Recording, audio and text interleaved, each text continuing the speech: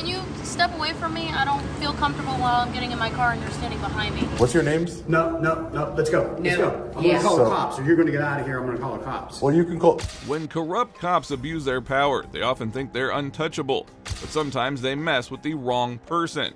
Someone who fights back, knows their rights, or has the evidence to take them down. Just like this informed auditor who owned these tyrant deputies.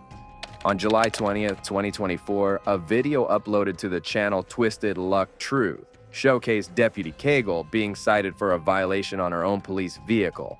Her reaction to which was just annoyingly priceless. Getting some B-roll and just working on a couple things. And they got some of these trucks recently. They got these new Ford F-150 pickup trucks. Just within the last couple months, started seeing these around. But I made an observation here. I see this right here. This is a Florida statute violation. You can't have anything that partially obscures that tag. And if you see there, we'll look at it straight on. Can you see the whole name of the state? Now, am I being petty? Yeah, I'm being petty, but I'm being petty because this is something that's enforced by police. You can't even have a clear license plate frame on there. You can't have anything in front of that tag. Even if you put a clear license plate cover over your tag, you could get pulled over for it, get a ticket for it. So this is kind of hypocritical when you have things like this by the Volusia Sheriff on a police vehicle that's got statute violations on it.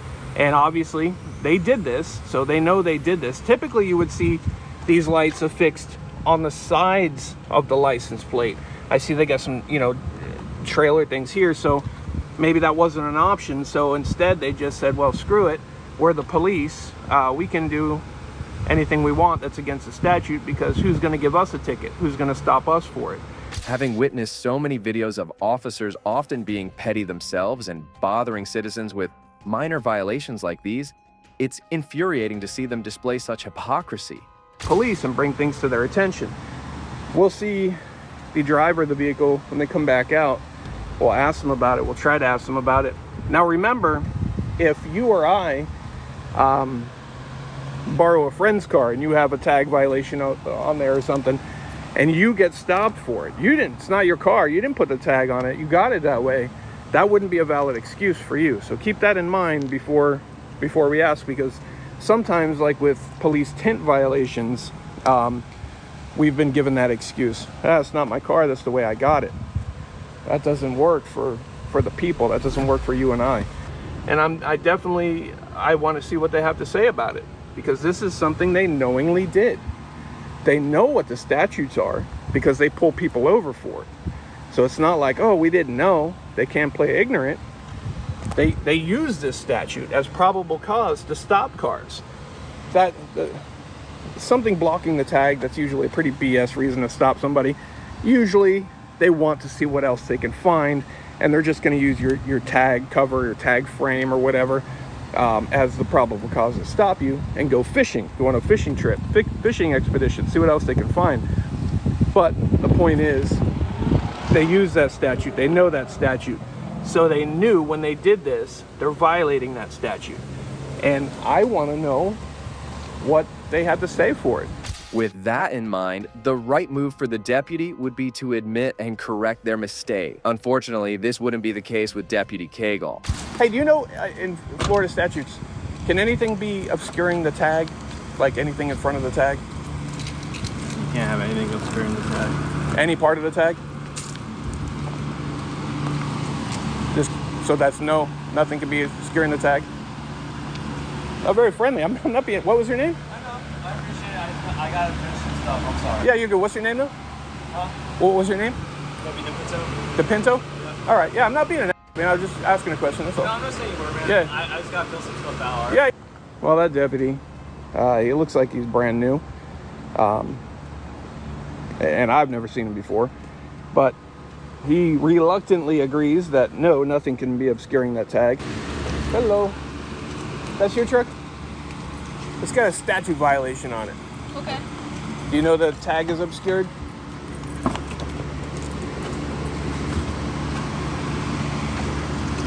Did you already know the tag was obscured? Can Can you step away from me? I don't feel comfortable while I'm getting in my car and you're standing behind me. Oh, well, get over your feelings. Okay. So you're above the law then? You don't care about the statute violation? And why are you an ass? Hey, what's your name? What's your name? Your name?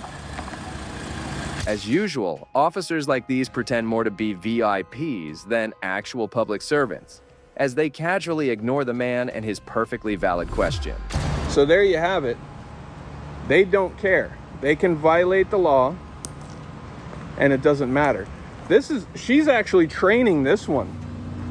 This is a trainee. She just put that example on the, so this one is going to be learning to do just what that monster of a person did. Sorry, I hate to be mean, but damn. That's just a nasty, nasty person. What's up, man? I just tried to get a deputy to answer a question. I don't know. I was nice to her, but I think because I'm holding the camera. What was she just took off. What was your question? In Florida, can tags be obscured in Florida? Is it illegal for tags to be obscured? Yeah. So if anything's in front of it blocking any part of the tag, Right. that's not legal. It's not legal. And we could get a ticket for it. Yes, you can. Okay. So the reason I asked her is because her tag is obscured. Okay. It has two things in front of it. And I was nice to her. I said, hey, I just noticed your car has a statute violation on it. Okay. And she's like, okay. I was like, all right, well, I just want to let you know, maybe you don't know it's a statute violation or whatever I said. I was standing this far away from her. Right. And she's like, back up. I don't feel comfortable with you standing close to me. I was like, what about, are you above the law? I'm trying to tell you have a statute violation that a citizen could get stopped for and could get cited for. And I'm just trying to bring it to her attention. And man, I don't know what her name was. She drives a pickup truck. Blonde female, she got a trainee. I'm not sure. I gotta figure out her name. That's the thing too, and she also had a trainee. Right. And I don't think I've met you. What's your Deputy Dallas. Dallas. Yes, I've not met you. So to have that attitude towards someone who's just saying, hey, do you know you have a statute violation on that truck? With a trainee. She's got a trainee too. And then you'll see in the video how nasty she was. That's how she's training new deputies. And so the cycle of police malpractice and incompetence is continued through officers like Deputy Cagle blatantly ignoring statutes and laws, even when it's right in their face telling them. Cops look bad. Attitudes like that. And you've been very nice to me, and you had no idea what I even wanted to say, but you're talking to me, and I appreciate that. Yeah, and that's you didn't come off hostile. I'm not coming off hostile. Yeah, that's how it is, and I appreciate that, and that's what I hope to always see. But when people see that attitude that she had, they don't associate that with just her. Right. They associate it with that uniform and that badge. So now when somebody encounters that, then they see you. Right. They're already gonna have a negative feeling towards you, and might be hostile towards you because they were just treated. So when other cops act like that, that affects you. It affects everybody. Right. I don't know what her problem was. I guess she must feel like she can do what she wants. The trucks are pretty new, the F-150s. Yeah.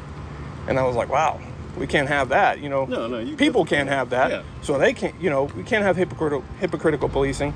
That's something I do look for, and personally, do I care that the tag is obscured? No.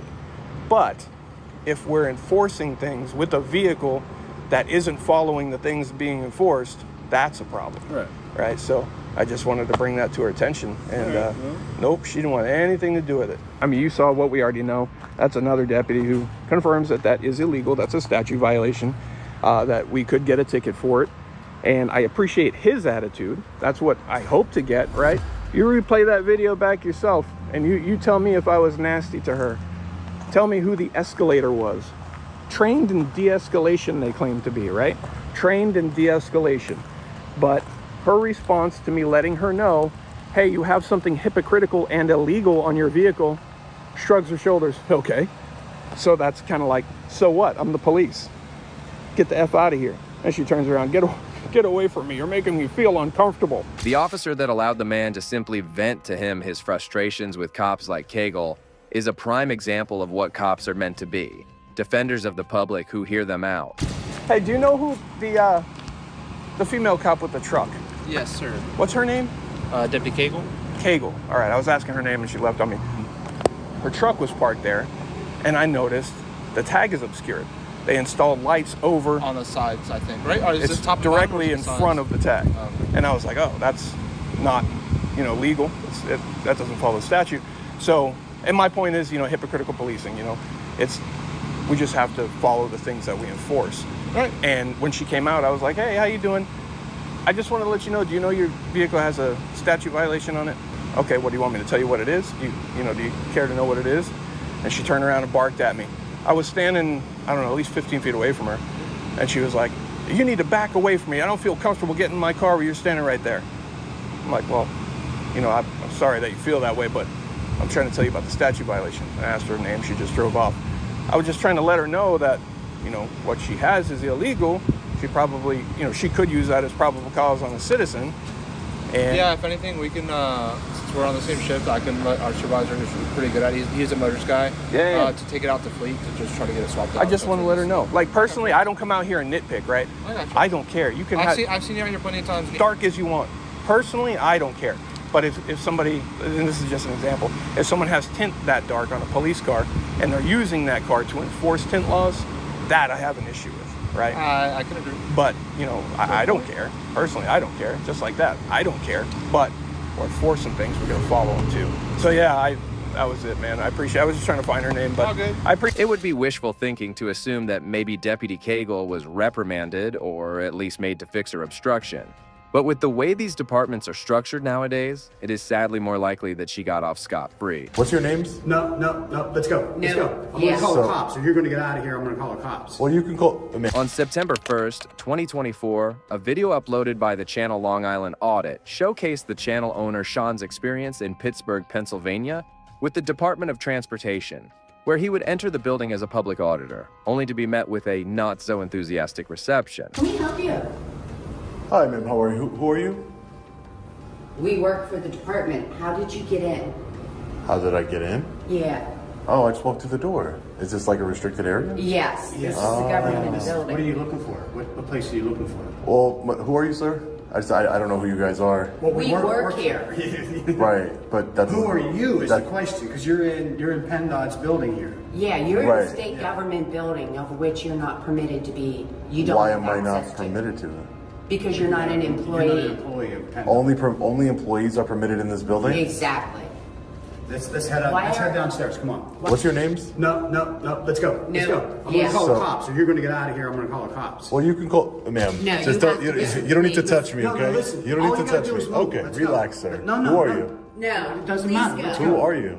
You're going to have to leave the building now. I am trying to. You keep grabbing me. Let's go. I'm right not out here. touching you. Let's You go. didn't touch me, ma'am? But Really? You're not moving, Please sir. Come, leave. let's go. This is publicly accessible. I got here No, through a this publicly This is accessible not. door. There's a lock on the. You can't. You have to get. How'd you get through? I just opened the door. It was What open. what door? The front door. You can't come through You the didn't- front door. I did. That's There's exactly no what just way. happened. Well, show us where you came through. How about that? Okay, Can you show sure. us? I'm going to take the elevator No, over we're here. going this way. Immediately, Sean was met with such hostility from these workers, despite the fact this was a public building that was free for him to enter, despite what these clowns claimed. Come on. I'll take the elevator we're down. going I'm this leaving, way. sir. I'm leaving. Excuse me. Listen, you're not. I was You don't just have taking a access. tour around the public building here. You're not allowed to do that. This is not a public Yeah. building, and please Yes. shut off your camera. No, ma'am. Well, you know what? We'll call the cops. Ma'am, what makes you think you could just put your hands on people like that? Sir, I wouldn't touch you. dare All to put I my did hands was- on You're you. not supposed to be in here. You're not authorized to be in here. There's no restricted area signs. Yes, There's the no there door is locked trespassing. out front. How did you get through the door? I just opened the door. There's The no way. whole building is restricted. We have There's no badges. signs. There's nothing that indicates signs all that. over. Where? This is state How government did, outside. where did you? Which door did you come in? Through the All front door. restricted. Yeah, the door locks. You had to piggyback off of somebody that came out. You It couldn't. doesn't say restricted area or It doesn't. anything. I The passed. doors. There's locks on the doors. You can't. All doors are locked. Right, but there's no restricted area But signs. how did How you am I get- supposed to know this is a restricted area? How did you get through the door? I opened the door. Show me what You door you opened. It's impossible. can't. No. I'm telling you, I opened the door. Show us the door. Then we got a problem if you opened the door. I'm Everybody's telling you, got I a opened the problem. door. How did I break the door? Show me the door that opened. Sure. Maybe we can get it fixed. No then. problem. Show us where it is. Is this the door you came Where's the through? restricted area signs here? Is this the door you came Yeah, that's the through? door. Yeah. So show me how you came through. Go out and try and come back in.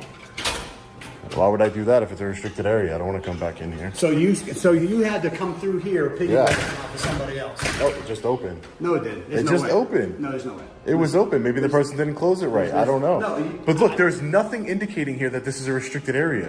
This is a next level of ridiculousness, as these workers refuse to admit their own incompetence in closing off this side of the building, choosing instead to repeatedly argue and berate Sean.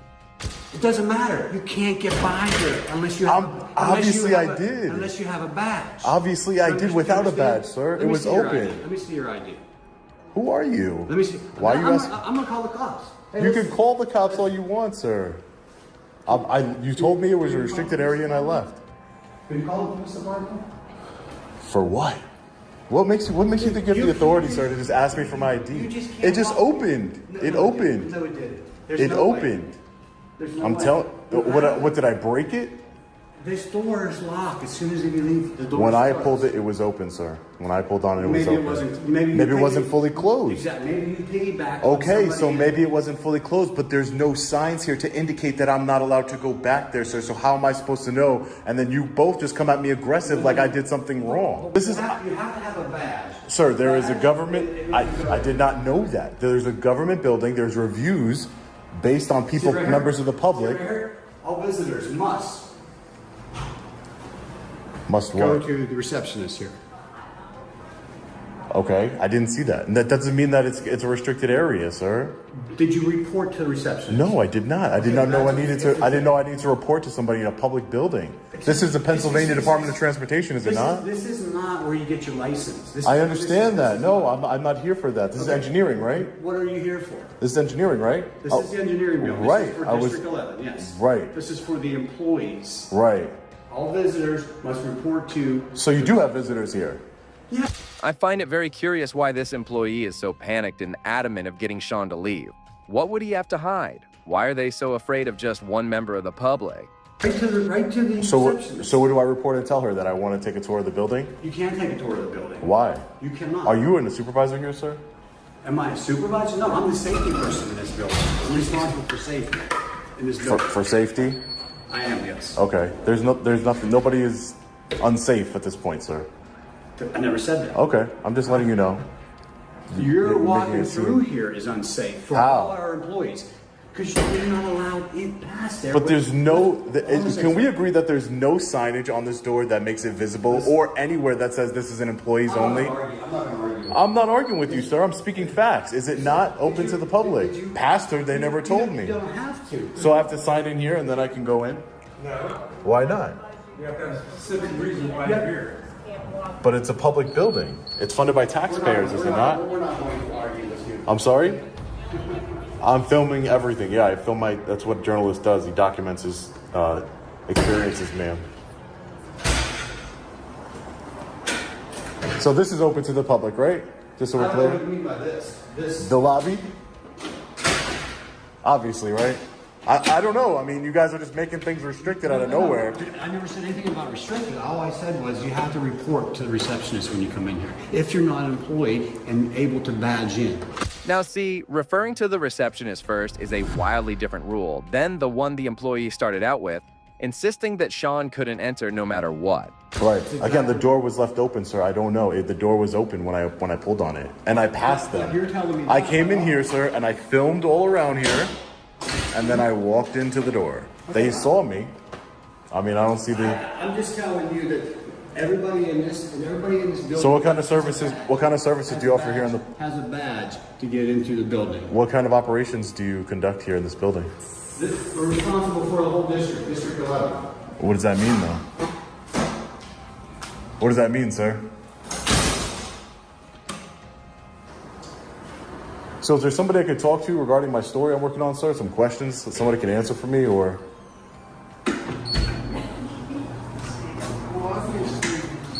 So there's nobody here that can answer any questions for me, sir? No, I'm not going to answer any of your questions Why? because you're not supposed to be here.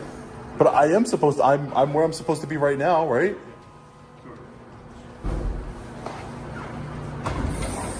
You see how long the door stays open for? Maybe that's how. I don't know. Well, if you would just say that your I don't know. The employee would continue to give Sean attitude and wish him gone. Despite the fact that Sean committed no crime during this period, he would still be met with some boys in blue. Hey, sir. young man? Hey, sir. How are you? Good, how are you? How you guys doing? How are you? Good, good. Did you call? I didn't call him, no, but our receptionist. Yeah, sure. Sir, I just wanted to clear one thing up really quick. Just this door here is locked. But when I was walking in, and this is what I was trying to explain to them because I wanted, I was trying to de-escalate the situation. When I was walking in, people were leaving and the door was open, so I just walked in, and this is how I'm trying to explain it to them. Because as you can see, there's nothing that indicates that this is any sort of employees-only area or a restricted area. Yeah, it's a state building, so if you have any questions, you can talk to your attorney or the state agency for that matter. Questions regarding what the agency does here, but now I'm speaking to you only because they called you, and I don't want them to lie and say I did something that I didn't. She put her hands on me, so it was just I wanted to clarify it, just to make sure you understood. Yeah, what's going definitely on. reach out to your attorney, contact the state. Well, I don't need to speak to my attorney. I'm not being charged with any crimes, am I? Okay. Yeah, it's a state building. It has nothing to do with local PD. We're just coming down here. He's videotaping everything. Hi, sir. How are you? How are you? Good. This is locked. We'll be sure to get the body camera footage from the officers, from the department, Collier Township, PA.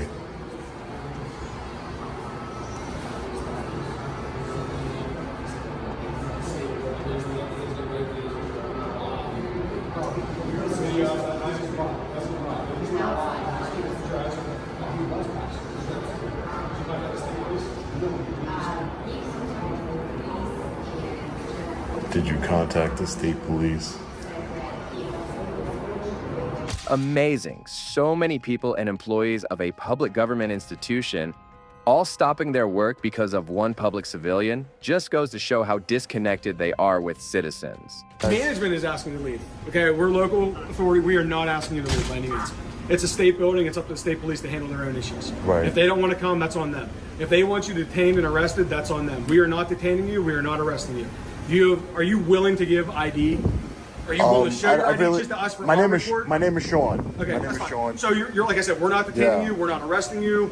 We're not doing anything. We're not removing you from this building. Right. They are asking you to leave. As far as I'm concerned, that's a public lobby. Right. Okay. Yeah, and again, sir, I want to make it very clear. I had no idea. Right. There's no signs. I figured it was a public building open to the public. There's no signs that say employees only. Right, yeah, So the door was not secured when you went through. Right. That's on them. Right. They need to handle that. And that's what I was just telling them, sir. That's all I was saying. Yeah, that's fine. I had no. You can film all day long, man. I have no listen, issue. I apologize to myself. you're Listen, good. I didn't mean to go back there. I didn't know it was. I did mean to go back there, but I had no idea that it was restricted. Right. Nothing. There's no signs that are posted. Literally no signs. There's nothing. Employees only. So, There's. are you leaving now?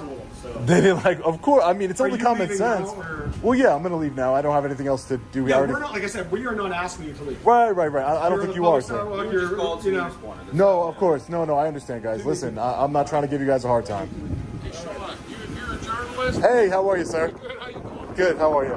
Yes, sir. Independent journalist. You need to get one of them. Collier Township Police Department responded with 4 patrol vehicles. That's the supervisor there. They did a pretty good job. I think they did a good job. They didn't want to get involved with this nonsense that these people were trying to escalate the situation here inside of the Department of Transportation. And, they didn't want to get involved. They explained to them, hey, put up signage so people know what's restricted and what's not. What is an employee-only area and what's not. Again, no idea that door was sealed. It was locked. There's no way of me knowing. Now, citizens have a First Amendment right to be able to witness the institutions that serve to uphold their welfare. And yet, nowadays, these institutions, not only this department, but law enforcement as well, are more concerned with putting themselves above the common man.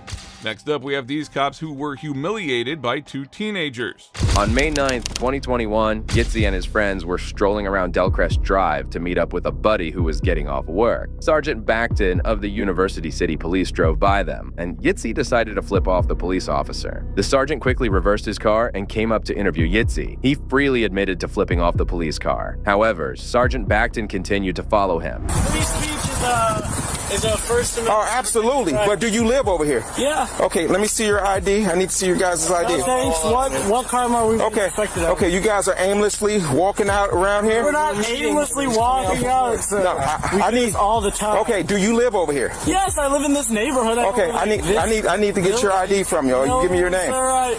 No, thank you. No, it's not an option. I'm gonna keep walking. No, you're being detained right now. Both of you guys are being detained for suspicious activity. You're aimlessly walking around. I need to see your ID. I don't have my ID on, sir.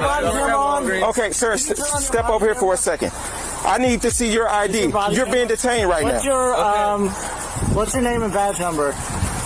That's not my name. Is right here. I need to see your number? I need to see your ID. Or you need to give me some ID. It's not an option. Or I will take you to the station and get your ID. Sir, is this because I flicked you off? No, you're aimlessly walking around here. I came from my house. Okay. I'm gonna put you in handcuffs right now. Go ahead and stand up, and you go ahead and resist if you want to. I'm not. You're being detained. Can you video?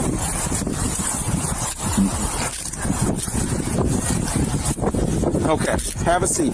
Do you have anything that's going to stick me? No. That's my wallet. If you really want my ID, that's that. Have a seat.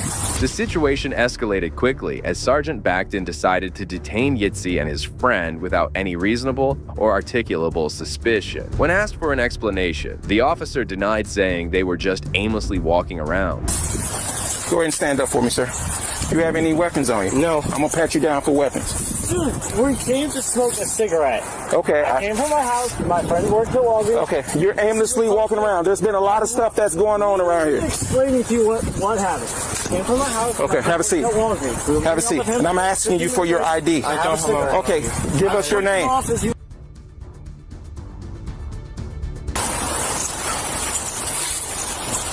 Is your ID in your wallet? Yes. And I said I don't want to ID myself. Put your hands down.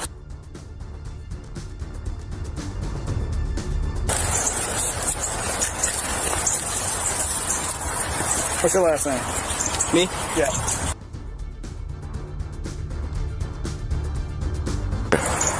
What's your social? I don't know that by heart. I have it on my phone. Here, pull it up.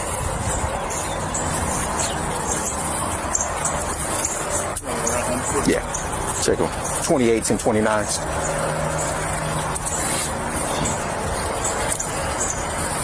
Got a fragile ego, bro. All because I flicked you off. No, that's disrespectful. That's disrespectful.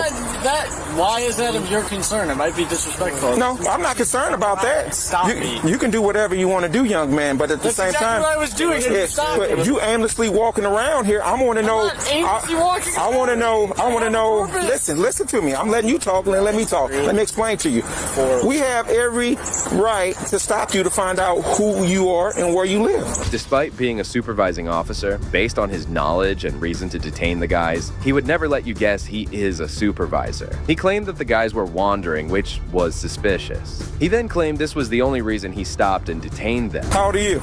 22. You're 22. Have you ever been arrested for anything? Yes. Okay. Do you have any warrants right now? No. Okay. So where are you guys on your way to now? Right this bench right here. Okay. Smoke a cigarette with my friend and go home. I'm not talking to you. I'm not talking to you. I'm not talking to you right now. Okay, so you normally come over here, go to the Walgreens, sit on the bench? Not always this bench, sometimes this Okay. bench, sometimes we just stand. Okay. For future reference, young man, you don't disrespect the police like that. Yeah. You don't disrespect the police like that. Yeah. And you just aimlessly just walking around. I want to know. I'm doing my job. I want to know who you are and where you live. Hoods too. Hoods are so super suspicious when it's cold outside. They're just not good anymore.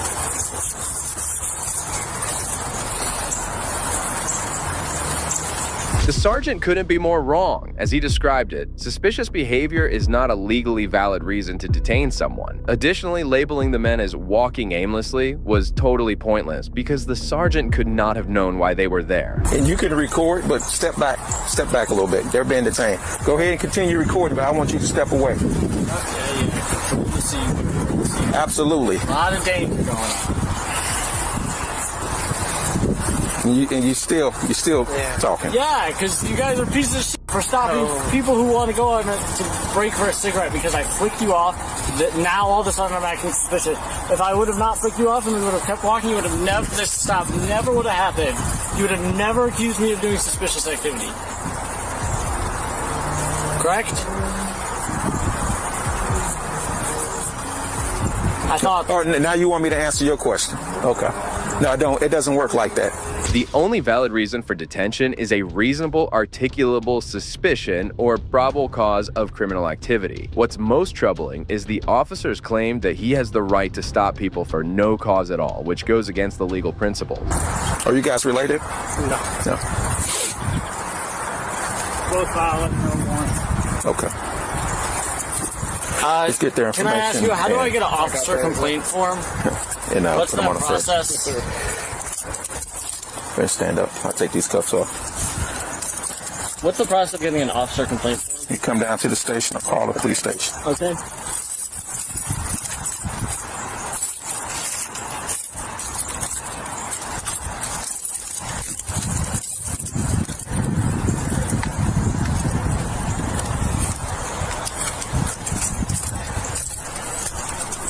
All right, you guys are free to go. Have a nice day. Don't forget your wallet right there. After running background checks on the men, they were released without receiving any citations. The detention and seizure of their identities was unlawful, and apparently it was retribution for using his First Amendment right to free expression. Well, if you think this officer was out of line, this next tyrant took things up a notch. My lower body and seizures. Out of my face. No, too. get the fuck out of my face. All right, cool. On October 31st, 2022, Officer Jacob Howell responded to a complaint about a noisy neighbor. As the officer arrived at the location, he quickly sided with the woman complaining and tried to escalate the issue. Yeah, He does. I've dealt with him. He's rude as shit. He is. But this time he jumped out of his car at me because I walked over just to be a nice neighbor this time. Yeah. And before I said, would you please turn your music down? He threw his lit cigarette at me, jumped out of the car. I had my German Shepherd with me, and he started yelling at me and told abusive language. And did the cigarette hit you? No. Did he threaten you in any way? Just his movements. But is it true that they can play their music as loud as they want to until 11 o'clock? The ordinance is after 11.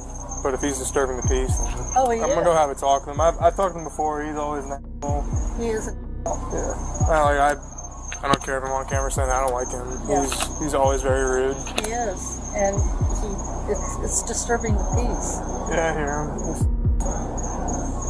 But I thought there was something that if I could hear music 25 feet away, that was an ordinance that I read. It turned out Officer Jacob had a previous vendetta against the suspect in question. He was trying to feed words into the caller's mouth just to get enough evidence to arrest him. He's in his car so I can hear him. And my window is my bedroom window. I can't go to sleep. Yeah, actually, yeah.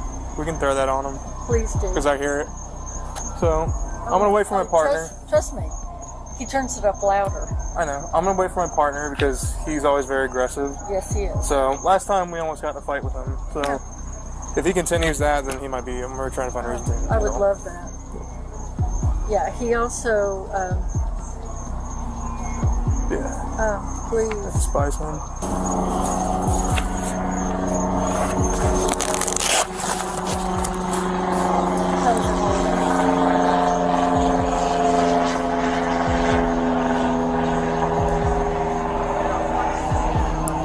5-8 Central Code 4 didn't have him. You sure he didn't do anything in any way other than the cigarette? He just frightened me because How so? he jumped out of the car and he came walking towards me. You think he's gonna hit you?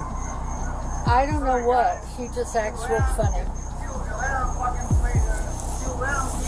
Stay stay right there. Yo, Brian.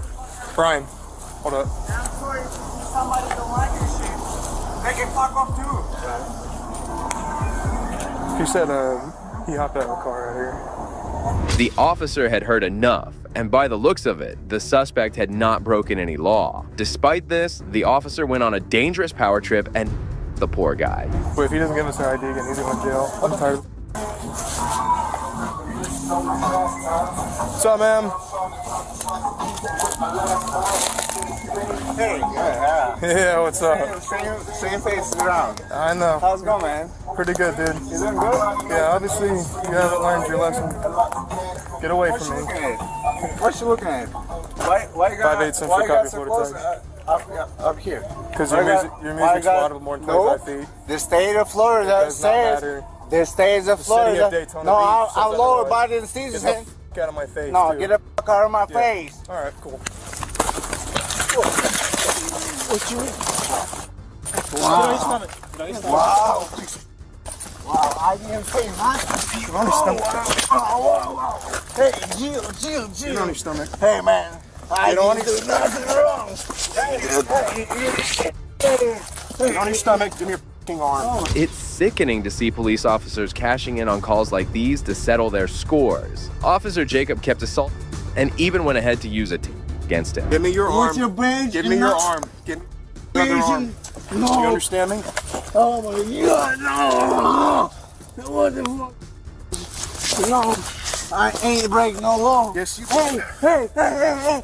I ain't breaking no law. I ain't breaking no law. I ain't breaking no law.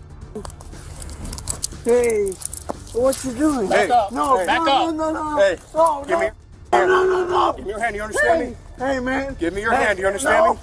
You're breaking the law. You're a public citizen. Give me your hand. You're gonna be taken. Give him your hand or you're gonna get taken. No, I didn't.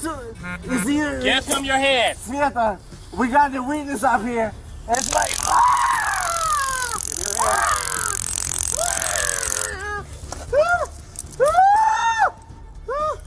Thank you guys. What's your page and number? I'll tell you. No shit. Alright. Yeah. Nope, I ain't guys. Alright. I'll shoot you. I'll shoot. You're breaking the law. No, I'm not. You're a public servant. You want to get in my face, man? You want to act like a big bad guy? Servant. Despite being thrown on the ground, the officer wasn't willing to let him go. The poor suspect could do nothing but vent out his frustration. I'm not breaking no law. I'm not breaking the law at all. I never break no law. 8 years I've been staying in this country. You guys trying to for nothing. You guys trying to put me in jail for nothing. Like second time. Hey, I'm trying to go back to senior school. What the f wrong with you guys? Hey, I'll shoot.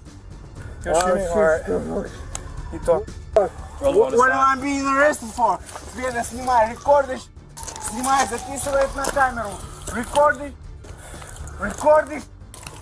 Записывай это. I ain't breaking the law. The state of Florida allows me to listen to my music till 11 p.m. Now, when it's out of more than 25 feet in the city of Daytona. 20 minutes more after that. Quit that all you want, man. It's more. You're going to jail tonight. It's 10 more. No. Stop that me. Wherever, if I'm going to jail, you guys gonna get your job off. That's alright. Like for nothing. I ain't doing anything broke. I ain't threatening you. Going to jail for listening to music in his car. The poor guy had not broken any law and was targeted. Cops like Jacob are the reason why law enforcement gets all the hate in this country. And it's safe to say that these pigs deserve every bit of it.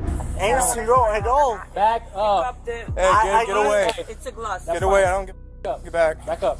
Подбери мой телефон, Света, он где-то под моими ногами, под моими руками. Guys, that's why people hate you guys. I didn't anything wrong. I didn't break no law. I ain't trying to cut me out second time. Everyone on this block hates you. You're trying to get nope. Hey, stop pushing me. Hey, stop pushing my body. Oh my God. What is wrong with you? I ain't a drug dealer. I have. Kick that leg out for me. Hey, I'm been in this country for 8 years and I got clean record. I ain't selling no. You've been arrested I ain't for selling. Hey, nope. That's why you're getting fucked. What's your badge number? What's your badge number? Shockingly, the other officer didn't even intervene and instead forced the continue. You guys are residents here, right? You're supposed to. You guys don't are have residents to here, right? push me like that, man. Stop. Making on me. Света, снимай, пожалуйста. Hey, record this. Record this. Recorded. Those guys are getting fired because they're acting that way for nothing. I ain't breaking no law, man. What the fuck do you think I am? Nice. I'm trying to get back to the CDL school, man. What's your ID? No, I got 2 of them. It's valid as fuck. Yo, man, like, what you put me in cuff for? What's your name? What you put me in cuff for? What's your name? No, you don't have to put your feet on me like that, man. Oh. Alright, you're just gonna get another charge. No. Yeah, that's crazy, guys. Fuck you guys. I'm still waiting for the court where you guys pick me up. Remember that stuff? I don't care. I'm still waiting for the court. What the fuck picking me up for right now? I didn't break no law. I was listening to my music at the state of Florida law allows me to. What the fuck you put the cuffs on me, bro? Just when you think the officer had done enough bad, he lied about the entire incident when his supervisor arrived. Снимай это все, потому что они, блядь, снимай нахуй, I'll get them fired, блядь. What the fuck? Why you pushing on me right like that? You pushing me to the floor. You I'm like already to get in my face. You got a wallet on you, man? What's his name?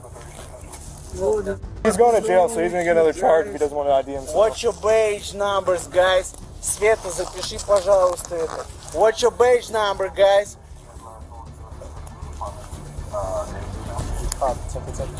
You have to prove it. 3 Charlie 587. You have to show it. I'm hurt. I'm getting hurt. I'm getting hurt. Stop moving. You pushing me like that. I ain't doing nothing wrong. I've been listening to my music till the state of Florida says me I'm allowed to do so. What you packing me for? What's wrong with you guys? You packed me already for nothing. For nothing. For nothing. For the same fucking loud music. Yeah, you keep squirming. Hey guys, I'll get you. Guys, what the fuck is wrong with you? Do you want to sit on your butt or you want to lay like that? Do you want to sit on your butt or lay like that? Hey, please listen. Listen. Thank you. I ain't doing nothing wrong. And if you guys got the power to put a gas on me, man, doesn't mean nothing. Because I didn't break the fucking law.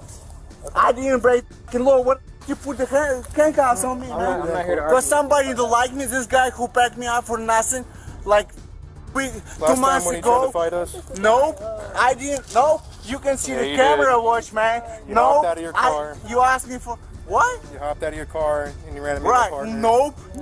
You're doing the same shit You're tonight. talking. Regretted that lady. You stopped me up. There being like 6 of you guys. The body cam narrated an entirely different incident from what the officer claimed, and it's abysmal how these tyrants don't even fear accountability. I didn't break the law right now. You can say whatever the you want. Cool. You threatened me I'm trying like to get 5 back times to my now. CDL school. I'm not drug addict. I'm not selling. I'm not none of this. You can say whatever the you want, but the main things, it's like, what time is it? You want me to come What over? time is it? What happened? 10. So, you get a call from that lady over there saying this guy, I walked up to his music's blaring. Okay. And she's like, she wanted him to turn the music down. I just started a noise complaint. I've been out with this guy before. He's always very aggressive. He hopped out at me and then dull last time. Okay. So I already knew who the guy was or who the car was. Came over there. He gets out of the car. He's flipping her off, doing this. He said that he flipped a cigarette at the lady. And he hopped out at the lady. He starts advancing towards me. I said, you get the fuck back. One kept advancing to me, so took him down. And you put the cuffs on me. And then he kept squirming, and so Brian had to drive down. Okay. The cops ended up taking him to jail, and he was charged with disorderly conduct. On the other hand, tyrant officer Jacob continues to roam free, but we hope the victim files a lawsuit and removes his qualified immunity. While this cop was a tyrant, the next one was downright stupid. That's private property. Come here. You can't. Come here, Sergeant. You can't take a picture. Come here, Sergeant. What it says over here. The outside, if you like. What does it say? What does it say? On February 20th, 24, a First Amendment auditor known as Siberian Tiger was strolling down the street when he saw 2 police cars parked outside. When he started recording the event, a policeman confronted him.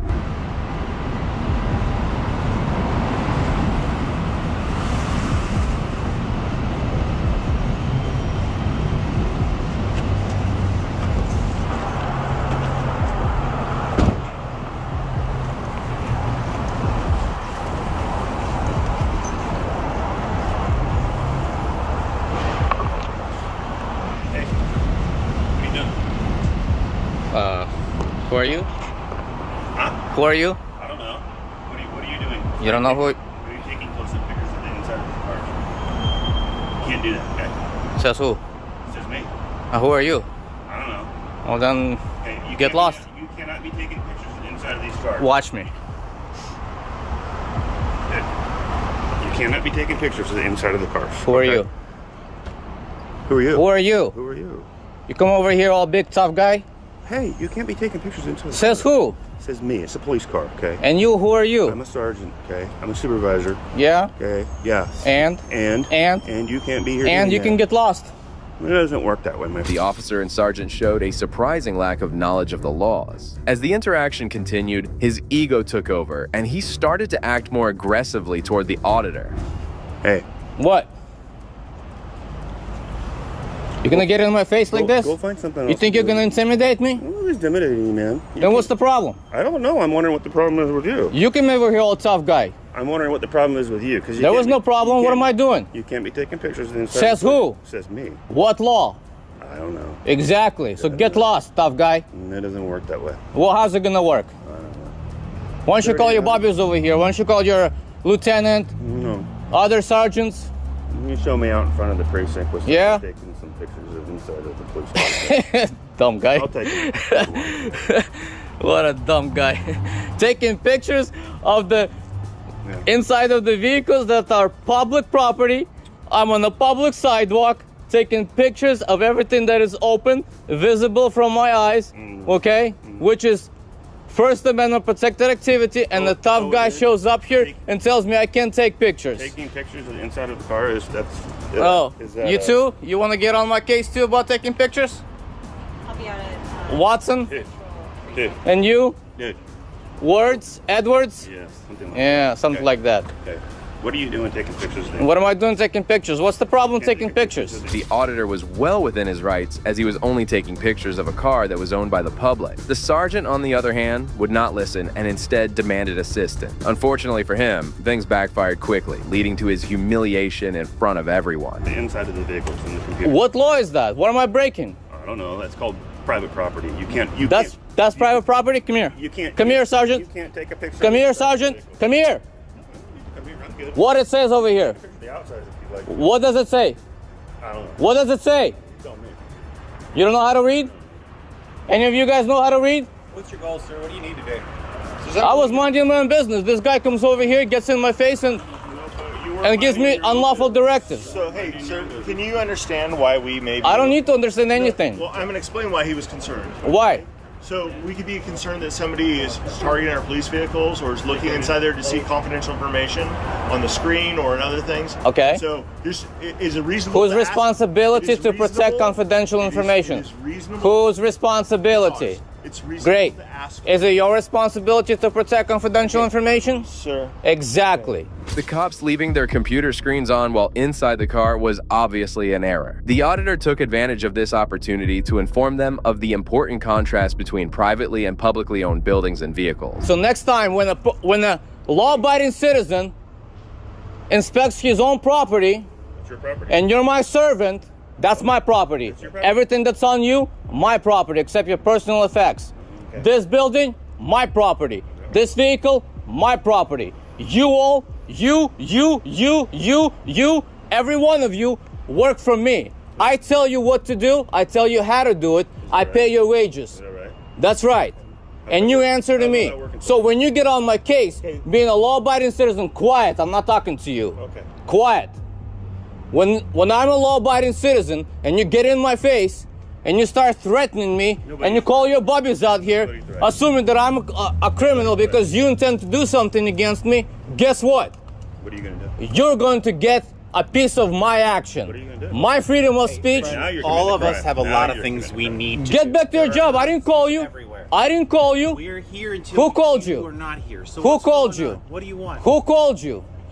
Your Who called you? Your scene, your level of engagement is going to make the police be here. And I do think that's your goal. It didn't take long for the police to understand that this person knew much more about the law than they did. They should have left him alone much sooner, but they eventually gave up and went inside the building after exhausting all their attempts. Trying to create a scene to get police attention. Ask her. Ask her. I was walking down. I was walking on the sidewalk. I was walking on the sidewalk. Very quietly on a YouTube channel. Whatever you think. So whatever your I goals don't care are, what you think. I want you to know very clearly, sir. That's right. You are taking up valuable resources that could be helping the city. Did I call you? Because we are focused Great. on you. Here's how you can end this. So I think that's important. This is how you can end this. What do you need? Go back to your job and mind your own damn business. You need to not point your camera inside of police vehicles and record information off of our computers. According to whom? Don't do it. According to whom? That's it. According to whom? Sir. What law is that? Okay. What law is that? Give me an ORS code that tells me that I am not lawfully allowed to look at anything that my eyes can see on a public sidewalk. Okay. What law is that? We are going to leave, and we understand that you are not going to point inside of cameras. Unless I'm breaking the law, you can take your orders you stay and on go to public hell property. with them. You stay out of a roadway. You understand? You stay out of the roadway. I'm protesting at this point, so I will stand wherever the hell I want. Have a good day, sir. Get lost. That's how you should have reacted in the first place. You come out here and you harass me, a law-abiding citizen, that's the reaction you're gonna get. Servants, get lost. Sick and tired of police officers harassing law-abiding citizens every day.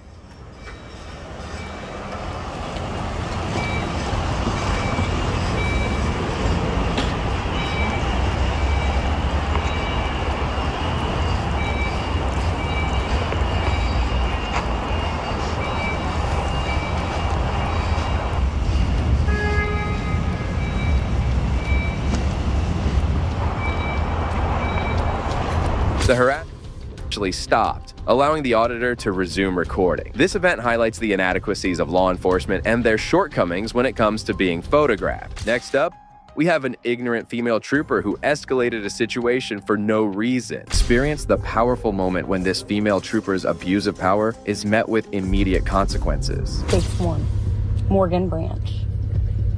I got my children in the car. You better back. You better back. Shut my door up. Don't tell me what. Shut my door. Damn! I'll run this. You better get out my face. My children are in the car. I can't. This is a standard with no e-brake. I ain't doing anything wrong. What the fuck is this? You will not take my phone. This is a normal traffic violation, and you are in denial of rights under the color of. Put your finger in my. I am buckled. I am no threat to you. You will back. Get to the superintendent now. The officers took no time to get hands-on with the poor woman who had done nothing wrong. She repeatedly asserted how she could not get out of her vehicle, but the cops didn't seem to understand her problem. My vehicle will drive off. Emergency brake on. Ma'am, you will get your lieutenant right now. Don't work. I said that 5 times. Look at me.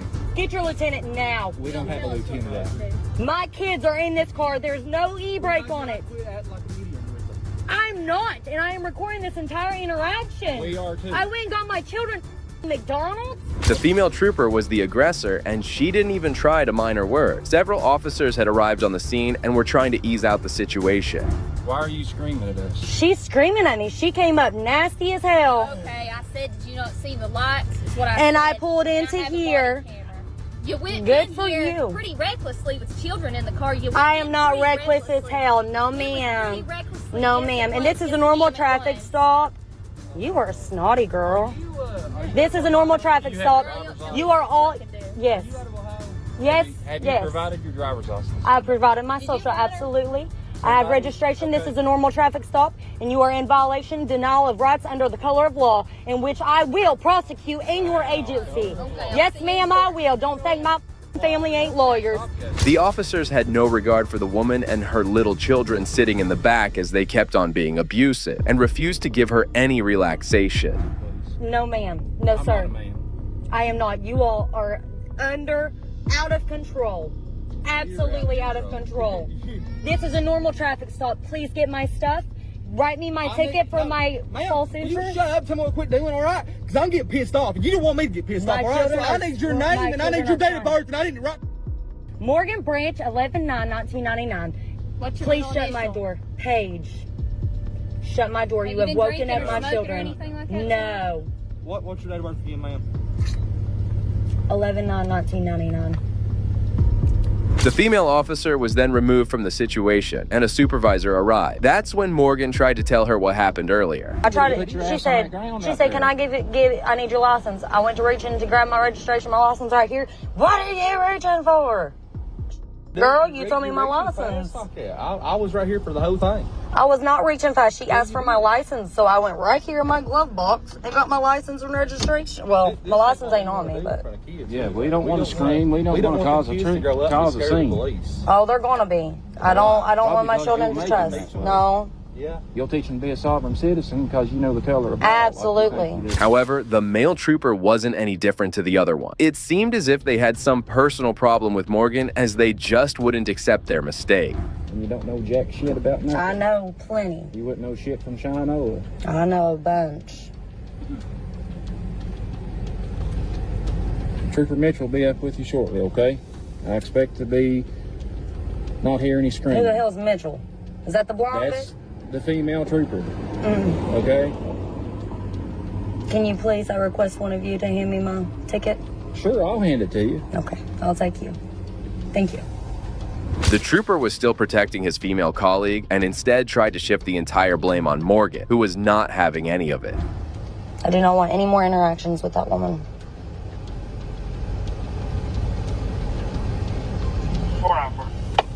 I don't think any of us want another interaction with you, to be honest with you. Well, I'm doing pretty good, cooperating well with you. You're calm, we're communicating pretty effectively. Yeah, there's no need for screaming. I hate screaming, I hate hollering. There's no need for that. We're communicating. It's childish, to be honest with you. I don't know what the hell her problem was. I'm not talking about her. Well, I know you ain't talking about me. I am. Well, you got opinions or ass? Everybody's got one. Yep. Some have bigger asses than others, too. Mm-hmm. Some have whole asses. How many cars you got on me right now? 5? Stop cussing.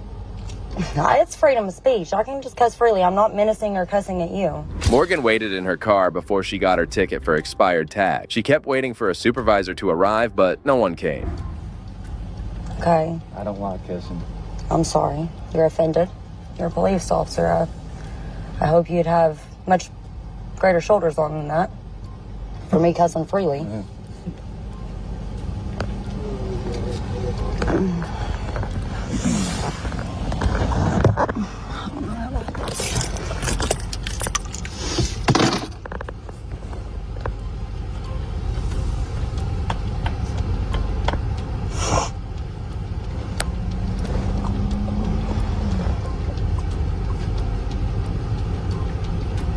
Why did you think I was West Virginia? I thought that's where you was from. She got her ticket and left. She posted this interaction on her Facebook profile, and since then, it has received hundreds of shares, with many people expressing outrage at the trooper's behavior. However, as the case is relatively fresh, we don't have any updates regarding the Kentucky State Police, but we can hope that they discipline their officers. Morgan, though, claimed that she'll be filing a complaint soon, and this isn't the last time officers crossed their limits and were put in their place. Sir, I'm allowed to... off, dude. Okay. Give me some space, dude. Go ahead and turn. Give me some space, dude. In September 2022, First Amendment Auditor Joshua Roberts was just recording from a public place when a couple of employees from Dove Technologies on the other side of the road came over to confront him. You don't have my permission, you can turn that off right now. Have my face in there. What was that? I can't hear you. You don't have my signed authorization to have my face on that camera. Turn it off. Can I have your signed authorization? This guy's coming up aggressive, everyone.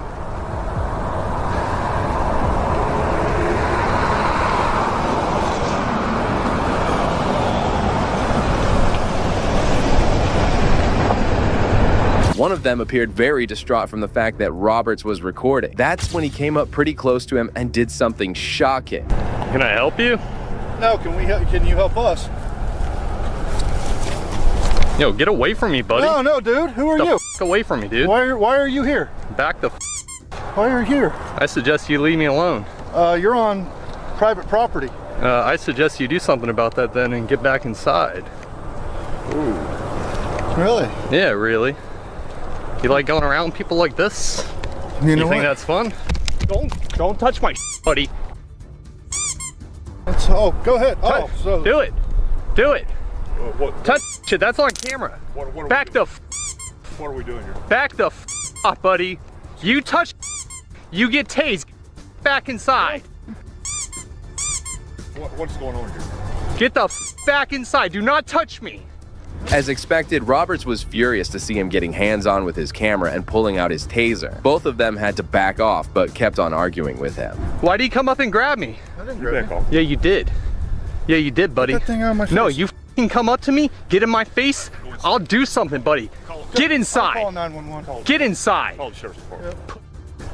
Whoa, dude.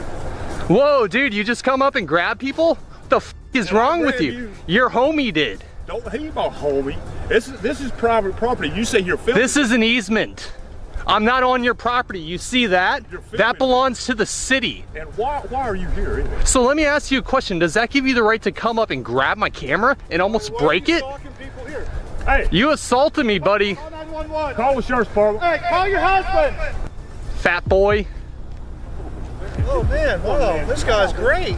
Get in, Tubby. Yeah, he's freaking hopped up on freaking meth. Look at his teeth. Yeah, look at you, buddy. You come up and grab me for fucking reason. What's your problem? What did I do to you? What did I do to you? I'm out in public recording, and you come up and grab somebody, dude. That guy had no understanding of the law, as Roberts had every right to film from a public space. Soon after, he called the sheriff's office, and minutes later, a couple of deputies arrived from the Florence County Sheriff's Office. Hey, how about this? I go up to you and grab your phone right out of your hand and snatch it. What are you gonna do if I do that? You're gonna beat the shit out of me, right? He grabbed my Yeah, buddy, I got your name too. You're gonna get a nice little talking to with the police. Oh, nothing, just getting assaulted out here, that's about it. Getting assaulted? Yeah, by one of their workers. What happened? I was just out here taking some pictures, and one of the guys came out here saying he didn't want to be filmed, and he ran up to me, started circling me, grabbed my camera, started pushing up on me. So that sounds like an assault to me. And it's all videotaped. You have it on video? Oh, it's all recorded. Luckily, he didn't break my camera. Otherwise, I probably couldn't show you guys if you want to see it. Because I do want to press charges on him. Was there something involving a taser? Oh, I pulled it out in self-defense. Okay. When you come out at me like that and you're about to destroy my stuff and do bodily harm to me, you're damn right I'm going to pull a taser on someone. The deputy started to walk over to Dave Technologies to have a talk with the guy, but suddenly stopped and tried giving some law lessons to Robert, which he didn't seem to like much. Aggressive. Okay. Oh yeah, we're going to do a report on him too. That's fine. We can do that. Oh yeah, they're going to have to learn. I just need to give this deputy your information for me, all right?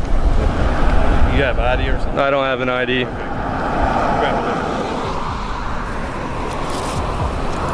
Yeah, buddy, you're gonna learn you can't come outside and grab people, man. That ain't right. Let me address something real quick. We're handling this. While we're handling this, don't yell. You're just all right. Calls him to get up. Is it free speech? Am I allowed to say stuff? Well, you have a freedom of speech, but there's also something called breach of peace. Okay, I'd like to see you try that, buddy. Those people put hands on me. I'm the victim. So you want to turn it around on me? I'm not turning it around. Please do so. What I'm telling you is... You guys are known to be the biggest pieces of shit. Instead of going inside and holding him accountable for assaulting Roberts, the deputy stood and started to issue threats against him. Let me explain something to you, all right? Yeah, sure. Explain to me public photography and people coming up and touching me. What did I do wrong? Are you gonna let me talk? Go on ahead. What I was saying is, I don't need you yelling while I'm trying to talk to this man, because that's gonna cause him to yell, cause a scene. You get mad, he's gonna get mad, then it escalates. Okay. Just talk to this deputy. Let me tell you something. I'm allowed to say whatever the hell I want. If I want to say to him because he came up and grabbed me, and I want to call him a dummy for doing that, I have every right to. What? If you yell across this parking lot while you have all these people standing around, that is called breach of peace. You want to try that, buddy? I will lock you up for You that, want okay? to try that? Yes, I will. You want to try that? All right. Try We're not it. going that Try route. it. Try it. Name and badge number. Corporal Driggers, 1-8. Name and badge number. Driggers, 236. All right, go do my assault charge. The supervisor went inside, whereas Robert stood out and gave his information to the other deputy. He then urged the deputy to go inside and confront the person who had been hiding. Look, they have to run me first, everyone. They can't run the actual criminal. They have to run me first. You got a good phone number? No, I don't. You don't have a phone number? I don't have a phone So number. you understand when if you do want to file a report, they're not going to be able to contact you. Oh, so I can't file a report then because I don't have a phone? Did I say that? I said they're going to no. have to issue No, I have an email address. Can I give you my email address? pepperoniaudits@usa.com.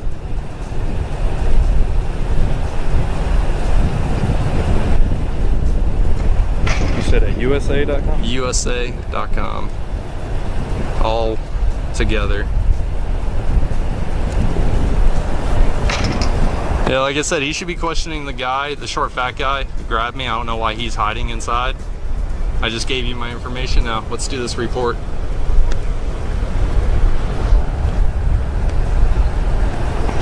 Can you go tell him, go question the guy who assaulted me? He's going to conduct his investigation. It's not my job to supervise. So you can't tell him the information I just gave you? Your The personal description of the individual? Okay. Do you see him up there? No, he's not. He's inside hiding. He hasn't left either. I've gotten every license plate, every car that's come in and out of here. I made sure of that. What was he wearing? Yeah, the blue shirt. Short, dark hair, fat. Probably the only short, fat one in there. Just like his supervisor, this deputy also started to raise concerns against Roberts, completely ignoring what happened earlier. It seemed as if the deputies had already formed an opinion. Am I on the property? I'm assuming you were if you were over there. Oh, you're assuming I was. Were you over there? You said you were filming that car. You know what? I'm not going to answer any more questions. You walk around the vehicles filming the cars, so that means you was on the property. I'm not going to answer any more questions. That's how stupid you are. That's how stupid you are. Keep on, buddy. Yeah. This is called a career killer right here, this camera. Yeah. That's all you got to do, man. Yeah, it is. And you got to violate rights and not uphold your oath. You're right. You can film all day. Well, you just said I was on their property. You said you was on their property. I never did once. You said you was walking around the car filming the cars. I said I was filming every license plate in every car going in and out. Did I say I was inside their property? If we're gonna do this report, you need to explain to me in detail how it got to the point. Do you see where I'm standing? Do you see where I'm standing right now? Hey, I'm over here. You're standing by the mailbox. Technically, this is still their property. You're so dumb. You're in the road. I dare you, man. I dare you. Dare me to what? Trespass me. If you think this is their property, trespass me. You need to explain to me what happened to the point to where you say you got assaulted. How about I talk to this guy? Is this your supervisor? You're not doing man, you're just an idiot. Walk over there and talk to him. Shortly after, another deputy arrived at the spot, and Roberts went over to talk to him, hoping that someone might be interested in knowing the truth. Yeah. Deputy posting 229. All right, I just got assaulted, and this guy really doesn't care. He's not really. He's just talking shit, running his mouth. That's all he does. I'm just talking shit. You hear this, guys? He said he got assaulted, but he is yet to tell me how. I've told you. Circled by this guy. I've told him multiple times. This guy is terrible. If you're a supervisor, reprimand him. I'm not a supervisor. All right, can you help me and do your job? Our supervisor's over there. He done cussed him out. Yeah. Oh, why did I cuss him out? Because he said he was going to arrest me after I got assaulted. He said he was going to arrest you for breach of peace if you didn't shut your mouth all across the parking lot. How about you shut your mouth? How about you do that, buddy? Just shut your mouth. Because you're useless. Do anything you say. You're useless, bro. Okay. You're a useless public servant. Right. That's all you are. And then he went boom and grabbed my camera and twisted it as hard as he could. He almost broke the lens off. So I'm just curious, if he's allowed to do that, can I do that to anyone? Like if I see a girl in public and she has a purse on and I'm like, give me that purse, let me see it for a second. I can just grab it. Okay, so that's illegal. Yeah. Okay, all right, just making sure. Moments later, the supervisor arrived, and it appeared that Roberts wouldn't be getting the justice he wanted. All right, Mr. Roberts. I spoke with the two gentlemen that came out and dealt with you. All right. All their information is going to be entered into the report as well as your statement that you gave this deputy. All right. All right. I made them aware that yes, you can view video from a public area, which the roadway is public.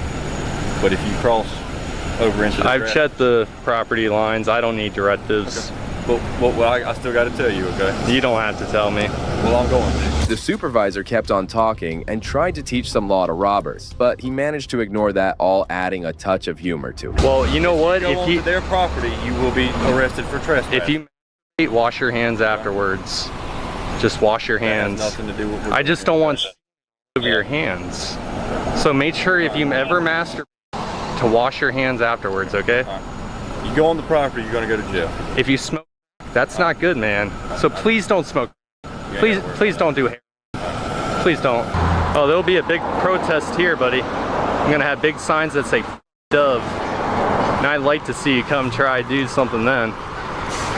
We're gonna have a nice little protest out here. Peaceful protest. Case number is 226, 226. Channel 822. I bet you're upset I didn't have any warrants.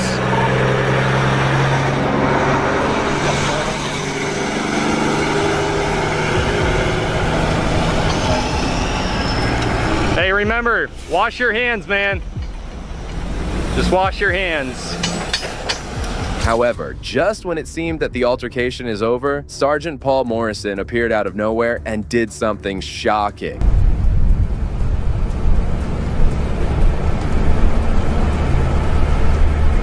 How you doing, sir? How you doing, sir?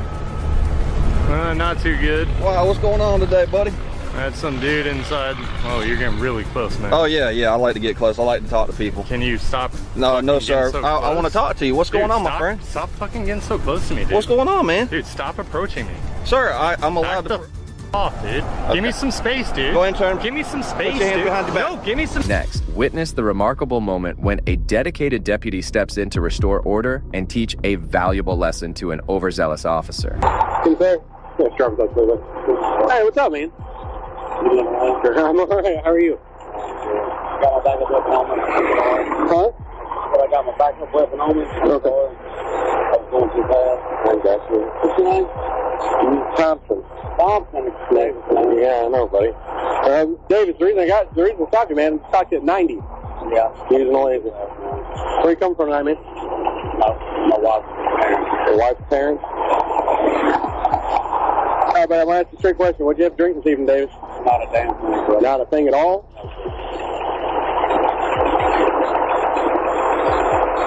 Nothing? No. Here, do me a favor. Look at me. I'm just going to move my finger outside. You know what I'm doing. Check it. Move your eye. Not smelling anything, drink, bro.